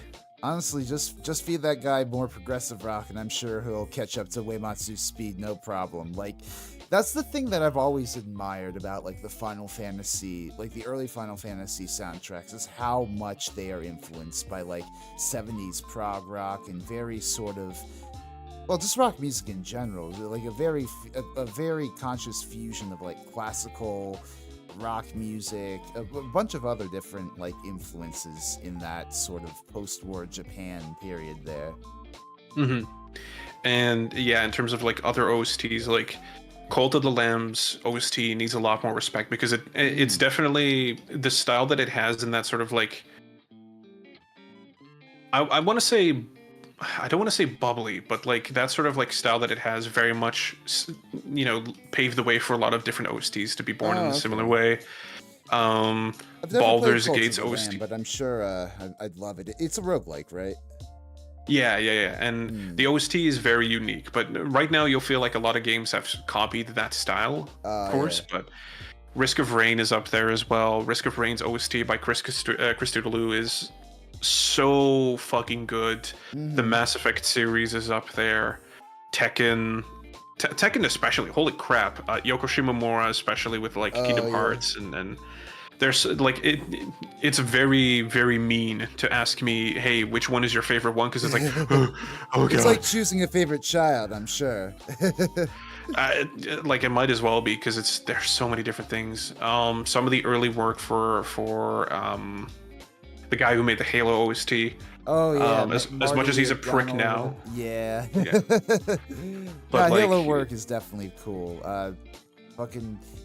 How do you feel about like Hollow Knight? That sort of stuff. never played it. I mean, I know the memes, of Hollow Hollow Knight's Knight got where a it's just like Silk Song, yeah. but Hollow Knight's got a gorgeous fucking soundtrack. Like if you're ever into like if you ever get the mood to play like a Metroidvania or whatever, I definitely recommend Hollow Knight. Then again, also Metroid is just in general fucking banger with the music as well. Same with Castlevania. It's it's very fair fortunate that enough. both Yeah. halves of Metroidvania have a good reputation for music. Kind of puts the pressure on those imitators. Yeah, Shoji Meguro is a very good shout, actually. Yeah, of course, with the Persona and all of the stuff that he's done for stuff like the Shin Megami Tensei series. And Oh, okay. but He's the again, Persona guy. yeah, he's the guy who made. I want to. God, it's going to be very hard to sort of like. I think it was from Persona. He started with, I believe, Devil Summoner. Ah, I see. Maybe I could be wrong about that, and then he picked up from Shin Megami Tensei 3. But the real like shining, you know what I mean? Like the big, oh my god, this OST is so good, was I think with Persona 3, and then he Oh yeah. basically became like the um, main team for Atlas to basically go like, hey, we have a big major project. It's going to be Persona, like either Persona Yeah. 2, 3, 4, 5, probably 6, or any Shin Megami Tensei in the future. Metaphor Refantasio he does as well. Like, And he really does have a style. Like I really do. It's weird how often it was like, or I don't know if it was like when I watched like Alpharad or whatever. He uses a lot of like Persona 5 background music or whatever for his stuff, and it like I watched his videos and I listened to the background music and was like, ooh, where do you get that from? And when I find out that all of it's from Persona 5, I'm just kind of like, huh, this is a really funky soundtrack. here's the thing. It is. I'm going to slap you on the wrist for this one. It is hard to say that Shoji Meguro's style is like purely the Persona 5. Like he's definitely found his groove with the Persona 5. Oh yeah. Persona 5's OST is like I haven't listened to all of it from Metaphor, but like Persona 5 sits up there as an all-timer conversation. You know what I mean? It is so Right, yeah. fucking good. But listening to stuff like from Persona 4, Persona 3, stuff like that, is the SMT stuff, like I like the mention of like, oh, he has a certain style, I feel is wrong, only because he styles his music very much to the style of the game. Like Persona 5. I will admit, I'm not that big into. I only really know what is composed in Persona 5. Yeah, that's what I mean. Is like if you were to say like, okay, the Persona 5 stuff, funky as hell. It is some of the best jazz funk fusion and everything like that we've had. Hi there, Rhubarb. Yo, Rhubarb, what's up? But when you were to also like check out Metaphor, check the OST for Metaphor. You don't need to check a lot of it, but you'll be like, wait, this is the same guy? Oh yeah. I've heard a lot of great things about that game. Like a lot of people have been rating that super high on their like games of the past year. Mm-hmm. I haven't personally played it. My roommate plays it, but the OST and the overall game, from what I understand, it is. I mean, it's your typical like Atlas RPG experience in that this is going to be a baller. You know what I mean? This is fantastic. You get to have equal parts social, equal parts character building, equal parts dungeon crawly RPG. So if that's your thing, like that's of course great. Yeah. Quickly also, like, what are some other OST? I want to make a quick mention of Max Payne 3's OST by Health. Oh, interesting. Never heard it. So Max Payne 3 was sort of a shouldn't have happened type of game. But they got picked up by Rockstar for. It was originally by Remedy Games. Max Payne 3. I've never heard the soundtrack. Yeah. So the OST for that one is entirely composed by a noise rock band called Health, and holy crap, the work that they did for that OST as well is so fitting. It is really interesting how much experimentation happens in that one and how much it fits the themes of the game. Like, that's really awesome when like a video game gets like a whole ass band to like compose their own experimental soundtrack. It's really cool. And of course, a special shout out to the to the Alan Wake team for their OST, because that one hits as well. Like Alan Wake is another one of those games that when I moved to Canada, I had passing conversations about like Alan Wake, and I'd heard of it. I probably played it once on like the Xbox, but never really like intently like, oh, this is going to be the next big thing that I play. Right. But Alan Wake 2 came out. I basically saw my roommate play it live and everything like that. And man, it is not only a good game, but the OST for that is also fantastic, especially with the DLC that they brought out for Night Springs. The variety, holy crap, it is good. Interesting. But shout out Gus only because the Art and Elko series, they created a whole ass language for the vocal songs. Ooh. That's inspired. I love when fictional settings always do that, or when people do that to flesh out their fictional settings, rather. Yeah. What is another one that I want to mention? I'm racking my brain. Like, am I forgetting anything? Now that I've started, like, you've got me going. You're good. Man, like there's so many different games, and there's so many little niches, and so many are fantastic. I mean, it's clear that you draw a lot of influence from like the shit you play. It's really, it's admirable melding all these things together. Yeah, and I mean, the big thing is I feel like we're all always inspired by the things that we listen to, at least to an extent, or should be, in my opinion. Yeah. Or we are done so subconsciously at a minimum.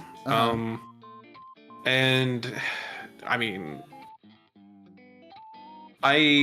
when there's a few people that I talk with, for example, and they tell me like, oh, I only listen to this, I only listen to that, I feel like that could get boring, because my Spotify playlist, I go through it a lot, wipe it, re-add stuff, everything like that.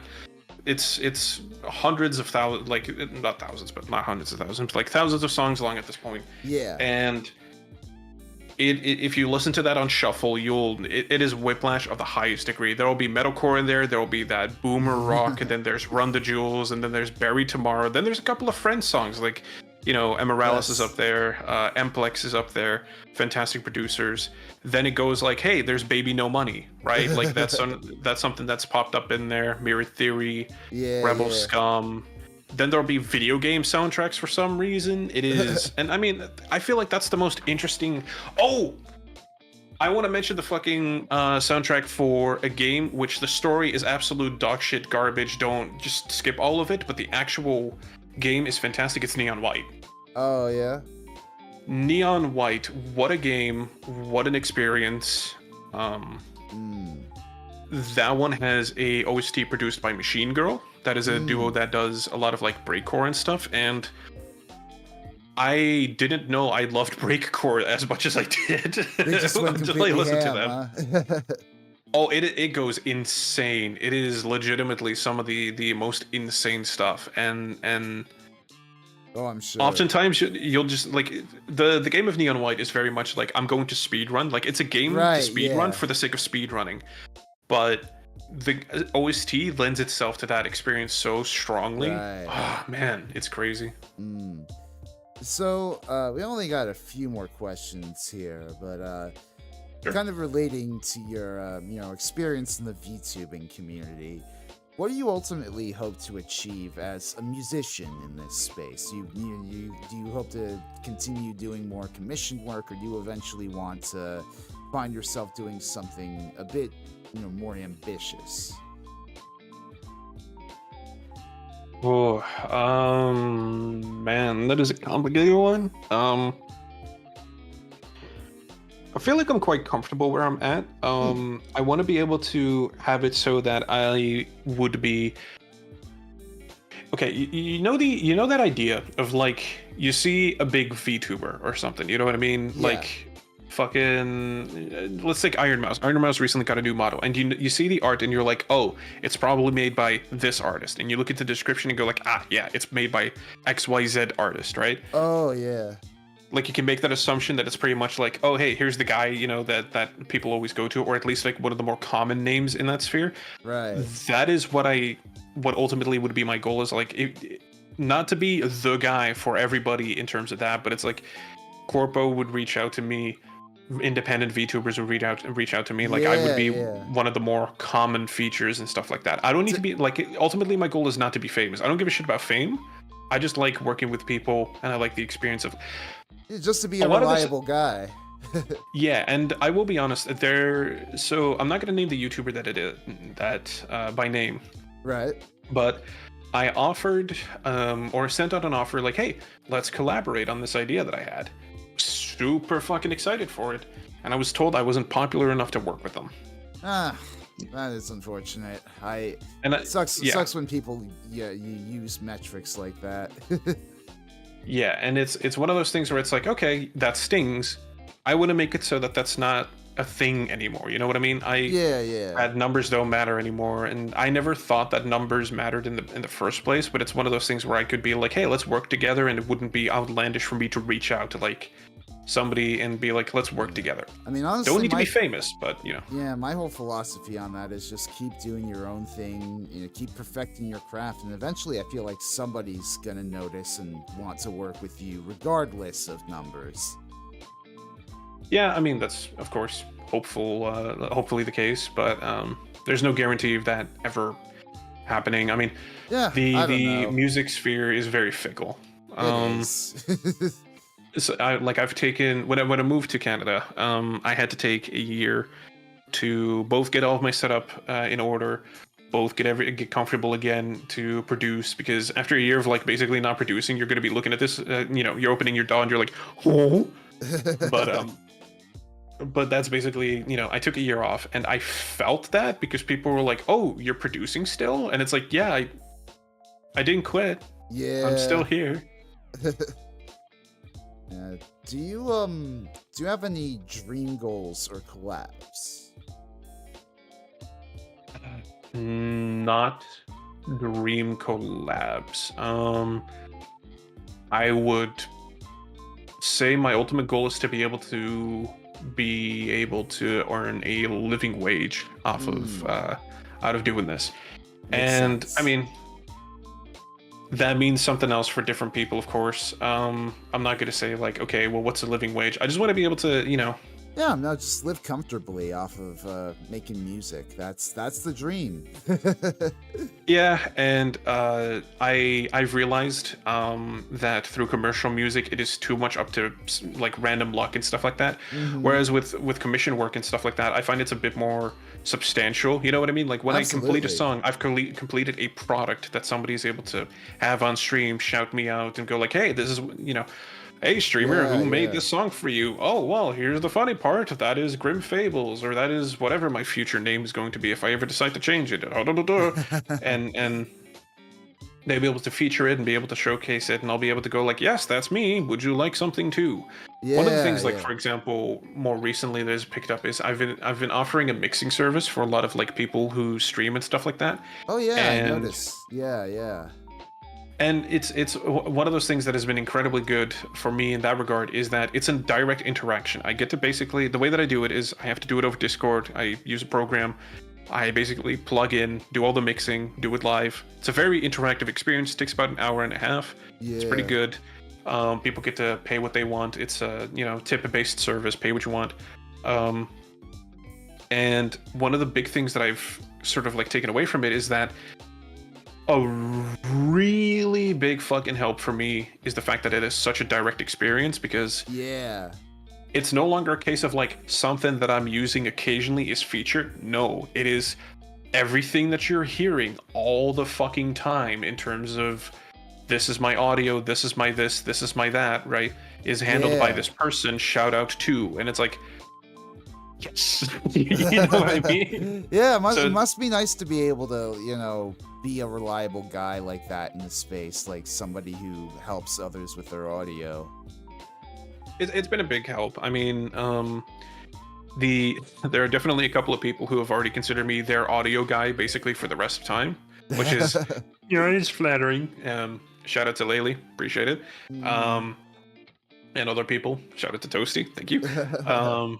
And it's been really, really nice to be able to have that sort of like reliable flow through of clients and everything. And again, I don't think there's a goal of like fame. I don't need a following. I don't need something like that. Not at all. I don't really care about that Right. stuff. I just want to be able to be the producer that people can go to and say, this is the guy for reliable work. Mm. You know what I mean? Yeah, totally. That makes sense. Have there ever been any cases in that line of work that have been confounding to even you, or are you usually able to work out the kinks like within a few minutes of talking with them? There. Actually, quickly, I have a quick analogy for it. I want to be like Rick Rubin. I want to be like the guy that the like if you're an outside person from the outside of like the music industry, you're not going to know who that is too much. You're just going to be like, oh, that's a passing name. Whereas if you're if you're in the music industry and rap and Yeah. like beats and everything like that, you're like, oh, Rick Rubin is one of those guys. Like he's Yeah. the motherfucker. You know what I mean? He's Like, that's he basically is like the the goal. ideas guy. Yeah, pretty much. So I want to be like that, like not the guy who's like world famous known. I just want to be the guy on the credit. And if you are in the business and you work with other people, I want to be like, oh, I know someone. There you go. Yeah. Yeah. In terms of who I've worked with, that I've only had one really bad experience working with clients. You don't need to say any names, obviously. if you No, don't of feel course not. comfortable. I'm not gonna shout it out at all. But it was just the only bad experience I've had was somebody who came in, who you have to keep in mind is that when I make an idea, I'm basically going off of like, this is one of the random like brain farts that I have that I'm putting out on Right. paper. Voila, here you go, based off the description you gave. This Yeah. person demanded 4 or 5 different like ideas and liked none of them, and then was like, I'm gonna refund it. I'm like, no, because I've given you this many revisions and you are telling me that none of these line up with the idea that you've got. And then when you link when I ask you to relink some of the stuff, you've got an entirely different idea now. Oh man. That's not my fault. I can't do anything about that. You know what I mean? That's wild. And yeah. and the only other bad experience, like it's not necessarily a bad experience, but this is what I'm noticing from some other composers that happen to be in the same field and stuff like that, is that some people come in with expectations of Yeah. quality that simply can't be met on the time and budget basis that are being offered. Yeah. Yeah. So like this happened to a friend of mine, and it's something that sometimes hovers around me as well. It's like, hey, here's everything inspired by Yoko Shimomura. Can you make something like Yoko Shimomura? And it's like, I can try. You're gonna need to be a bit But more you're- specific there. Well, they link a lot of stuff, like for example, compositions and stuff like that. And I can get, I can try to Right, emulate right. that style, but you're asking me to basically make one of the best fucking composers in game history, replicate their style to a T, make it so that the composition, the actual production, the mixing, and the Yeah. songwriting, everything is done in such a way where everything sounds like Yoko Shimomura quality, but you're paying me like 1% of the money of that, where she has the resources available, the studio, the orchestra, and everything like that. Yeah. You just got a dinky little MIDI program. Exactly, and she gets to work on, like, Final Fantasy 15's OST had been in production for fucking almost a decade, right? And you're asking me to make something like that in the span of about a month, or you're going to be unhappy when it's taking too long. Man, yeah. Some people can be unreasonable. Yeah, and I've offered this before, and I'm not too proud to admit it, or not overly proud to admit it. Like, if somebody's approached me and is like, I want it to be that level of composition, and I'm like, I can't write that. I know what my abilities are. I can't write that. Here's what I offer. I can go onto a service like Fiverr. I can ask one of my friends that I know is an amazing writer, and I can ask them, would you be able to write a progression and melody that I can then compose further from to have a basis? And would you want me to work forward from that? And they're like, cool, will that cost me something? That's going to come out of your end. And I'm like, you want me to pay for something you want, but you're not willing to invest that money into it. That's why you're not getting Yoko Shimomura stuff. Wow. So, we got one more question here. I usually like to leave my guests off, in these trying times. We've been having to sort of cope a bit more however we can. What sort of music do you turn to in times of stress? Hello, Enter Shikari. Welcome back to the conversation. It's been 5 minutes. I haven't mentioned you yet. It generally tends to be Mirror Theory. Mirror Theory is somebody that I discovered Mirror Theory when I was like 10, right? 10, 12, something like that, the early days of YouTube, and I've been listening to him ever since. He's now someone I get to call a friend, and I still love every single one of his productions. He is an amazing person. If there's one criticism I'll have, and Jake, I love you, but I really wish we could get around to making some fucking music and sitting down for it sometime, and really, really sitting down for it, he'll know what I'm talking about. It's just like, let's really fucking crunch and sit down for something. Right. But aside from that, like, he's an amazing person, he's an amazing friend, amazing composer. He's also someone who I feel like draws a lot of inspiration from emotion, which I do as well in my personal projects. Yeah. So I've been able to relate to that, and he's been a joy to work with, really considerate. And because I grew up listening to him, that's like a lot of the sort of the comfort listen. Bury Tomorrow is up there for very much the same reason. Bury Tomorrow I discovered because at some point on Twitter, back when we still had the egg profile pictures and shit like that, I got a random follow because I think I tweeted something out at like Kill Switch Engage or whatever. Oh, and nice. Bury Tomorrow ended up following me like randomly. Like this is when they had like a couple thousand followers, or if even that, right? Like this was just around their first album release. I think they were like, hey, there's Kill Switch Engage people, come check us out, right? And they followed me. I'm like, let me check this out. And I discovered a song of theirs called Waxed Wings, and ever since then I've been a fan, and I get to see them live this year. It's going to be a euphoric experience. The performance, whether or not it'll be good, bad, I don't know. Their performances usually tend to be good, but I've been with them for this ride for so fucking long, for half my life. So it's going to be really comfortable or really nice to sort of like hear them. And I mean, Enter Shikari is... Yeah. I don't mean to drag on time here, but No, it's fine. we're gonna go over time. It's my show now. But no. So Enter Shikari is not only are they a good band, but a lot of the messages that they have in their music. Personally, I sit on the LGBT spectrum. They have a song, for example, called "Satellites," which is basically a heart.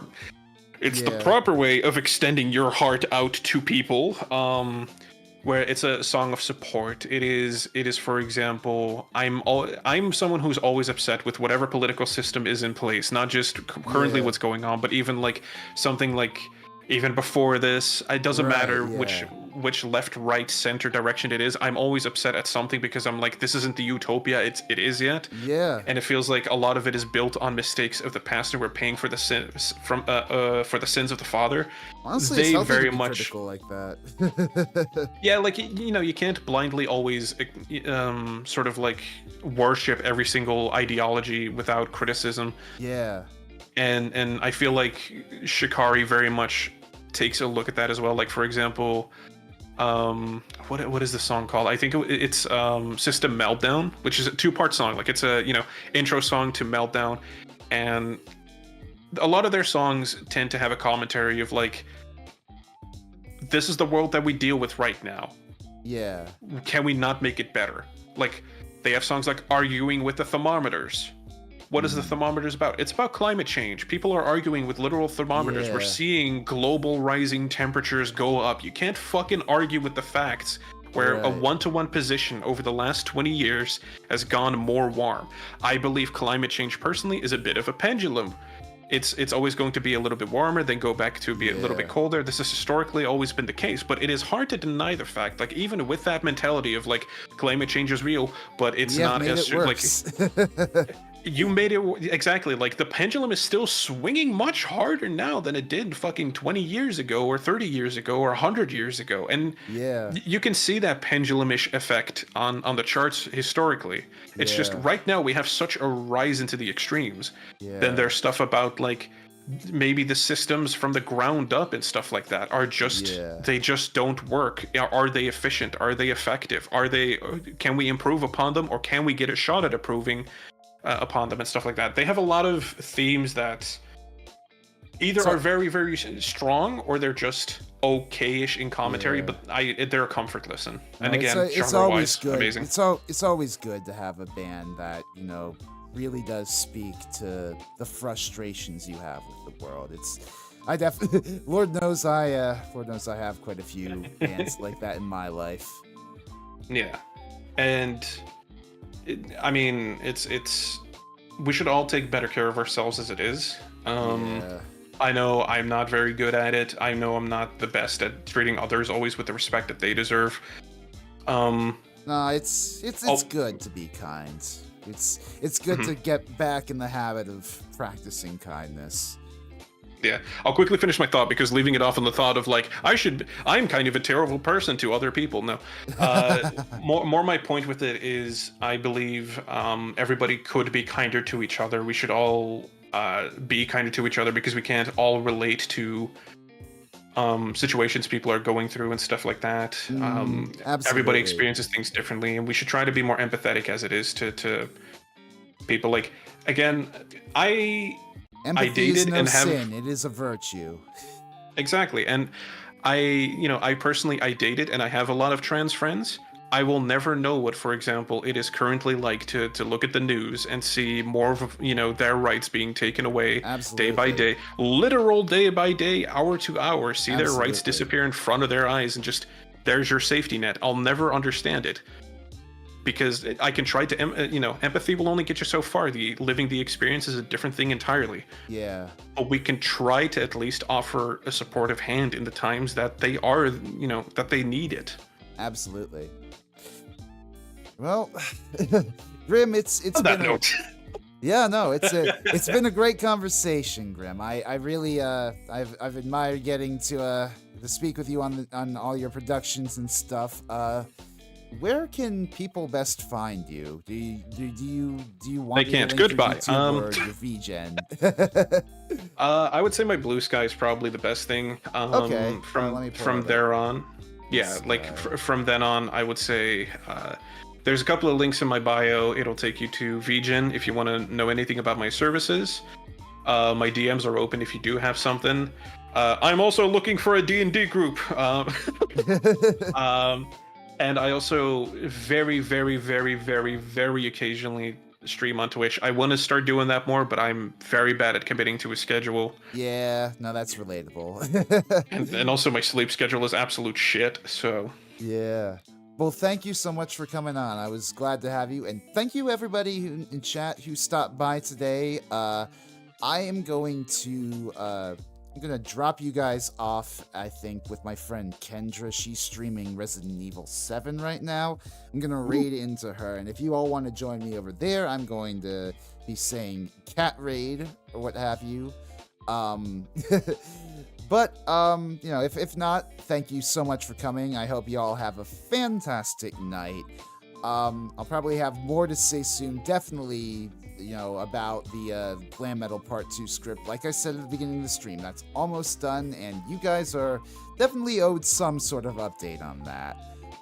But until then, thank you guys so much once again for coming by, and I will see y'all next time. Bye-bye! Bye-bye!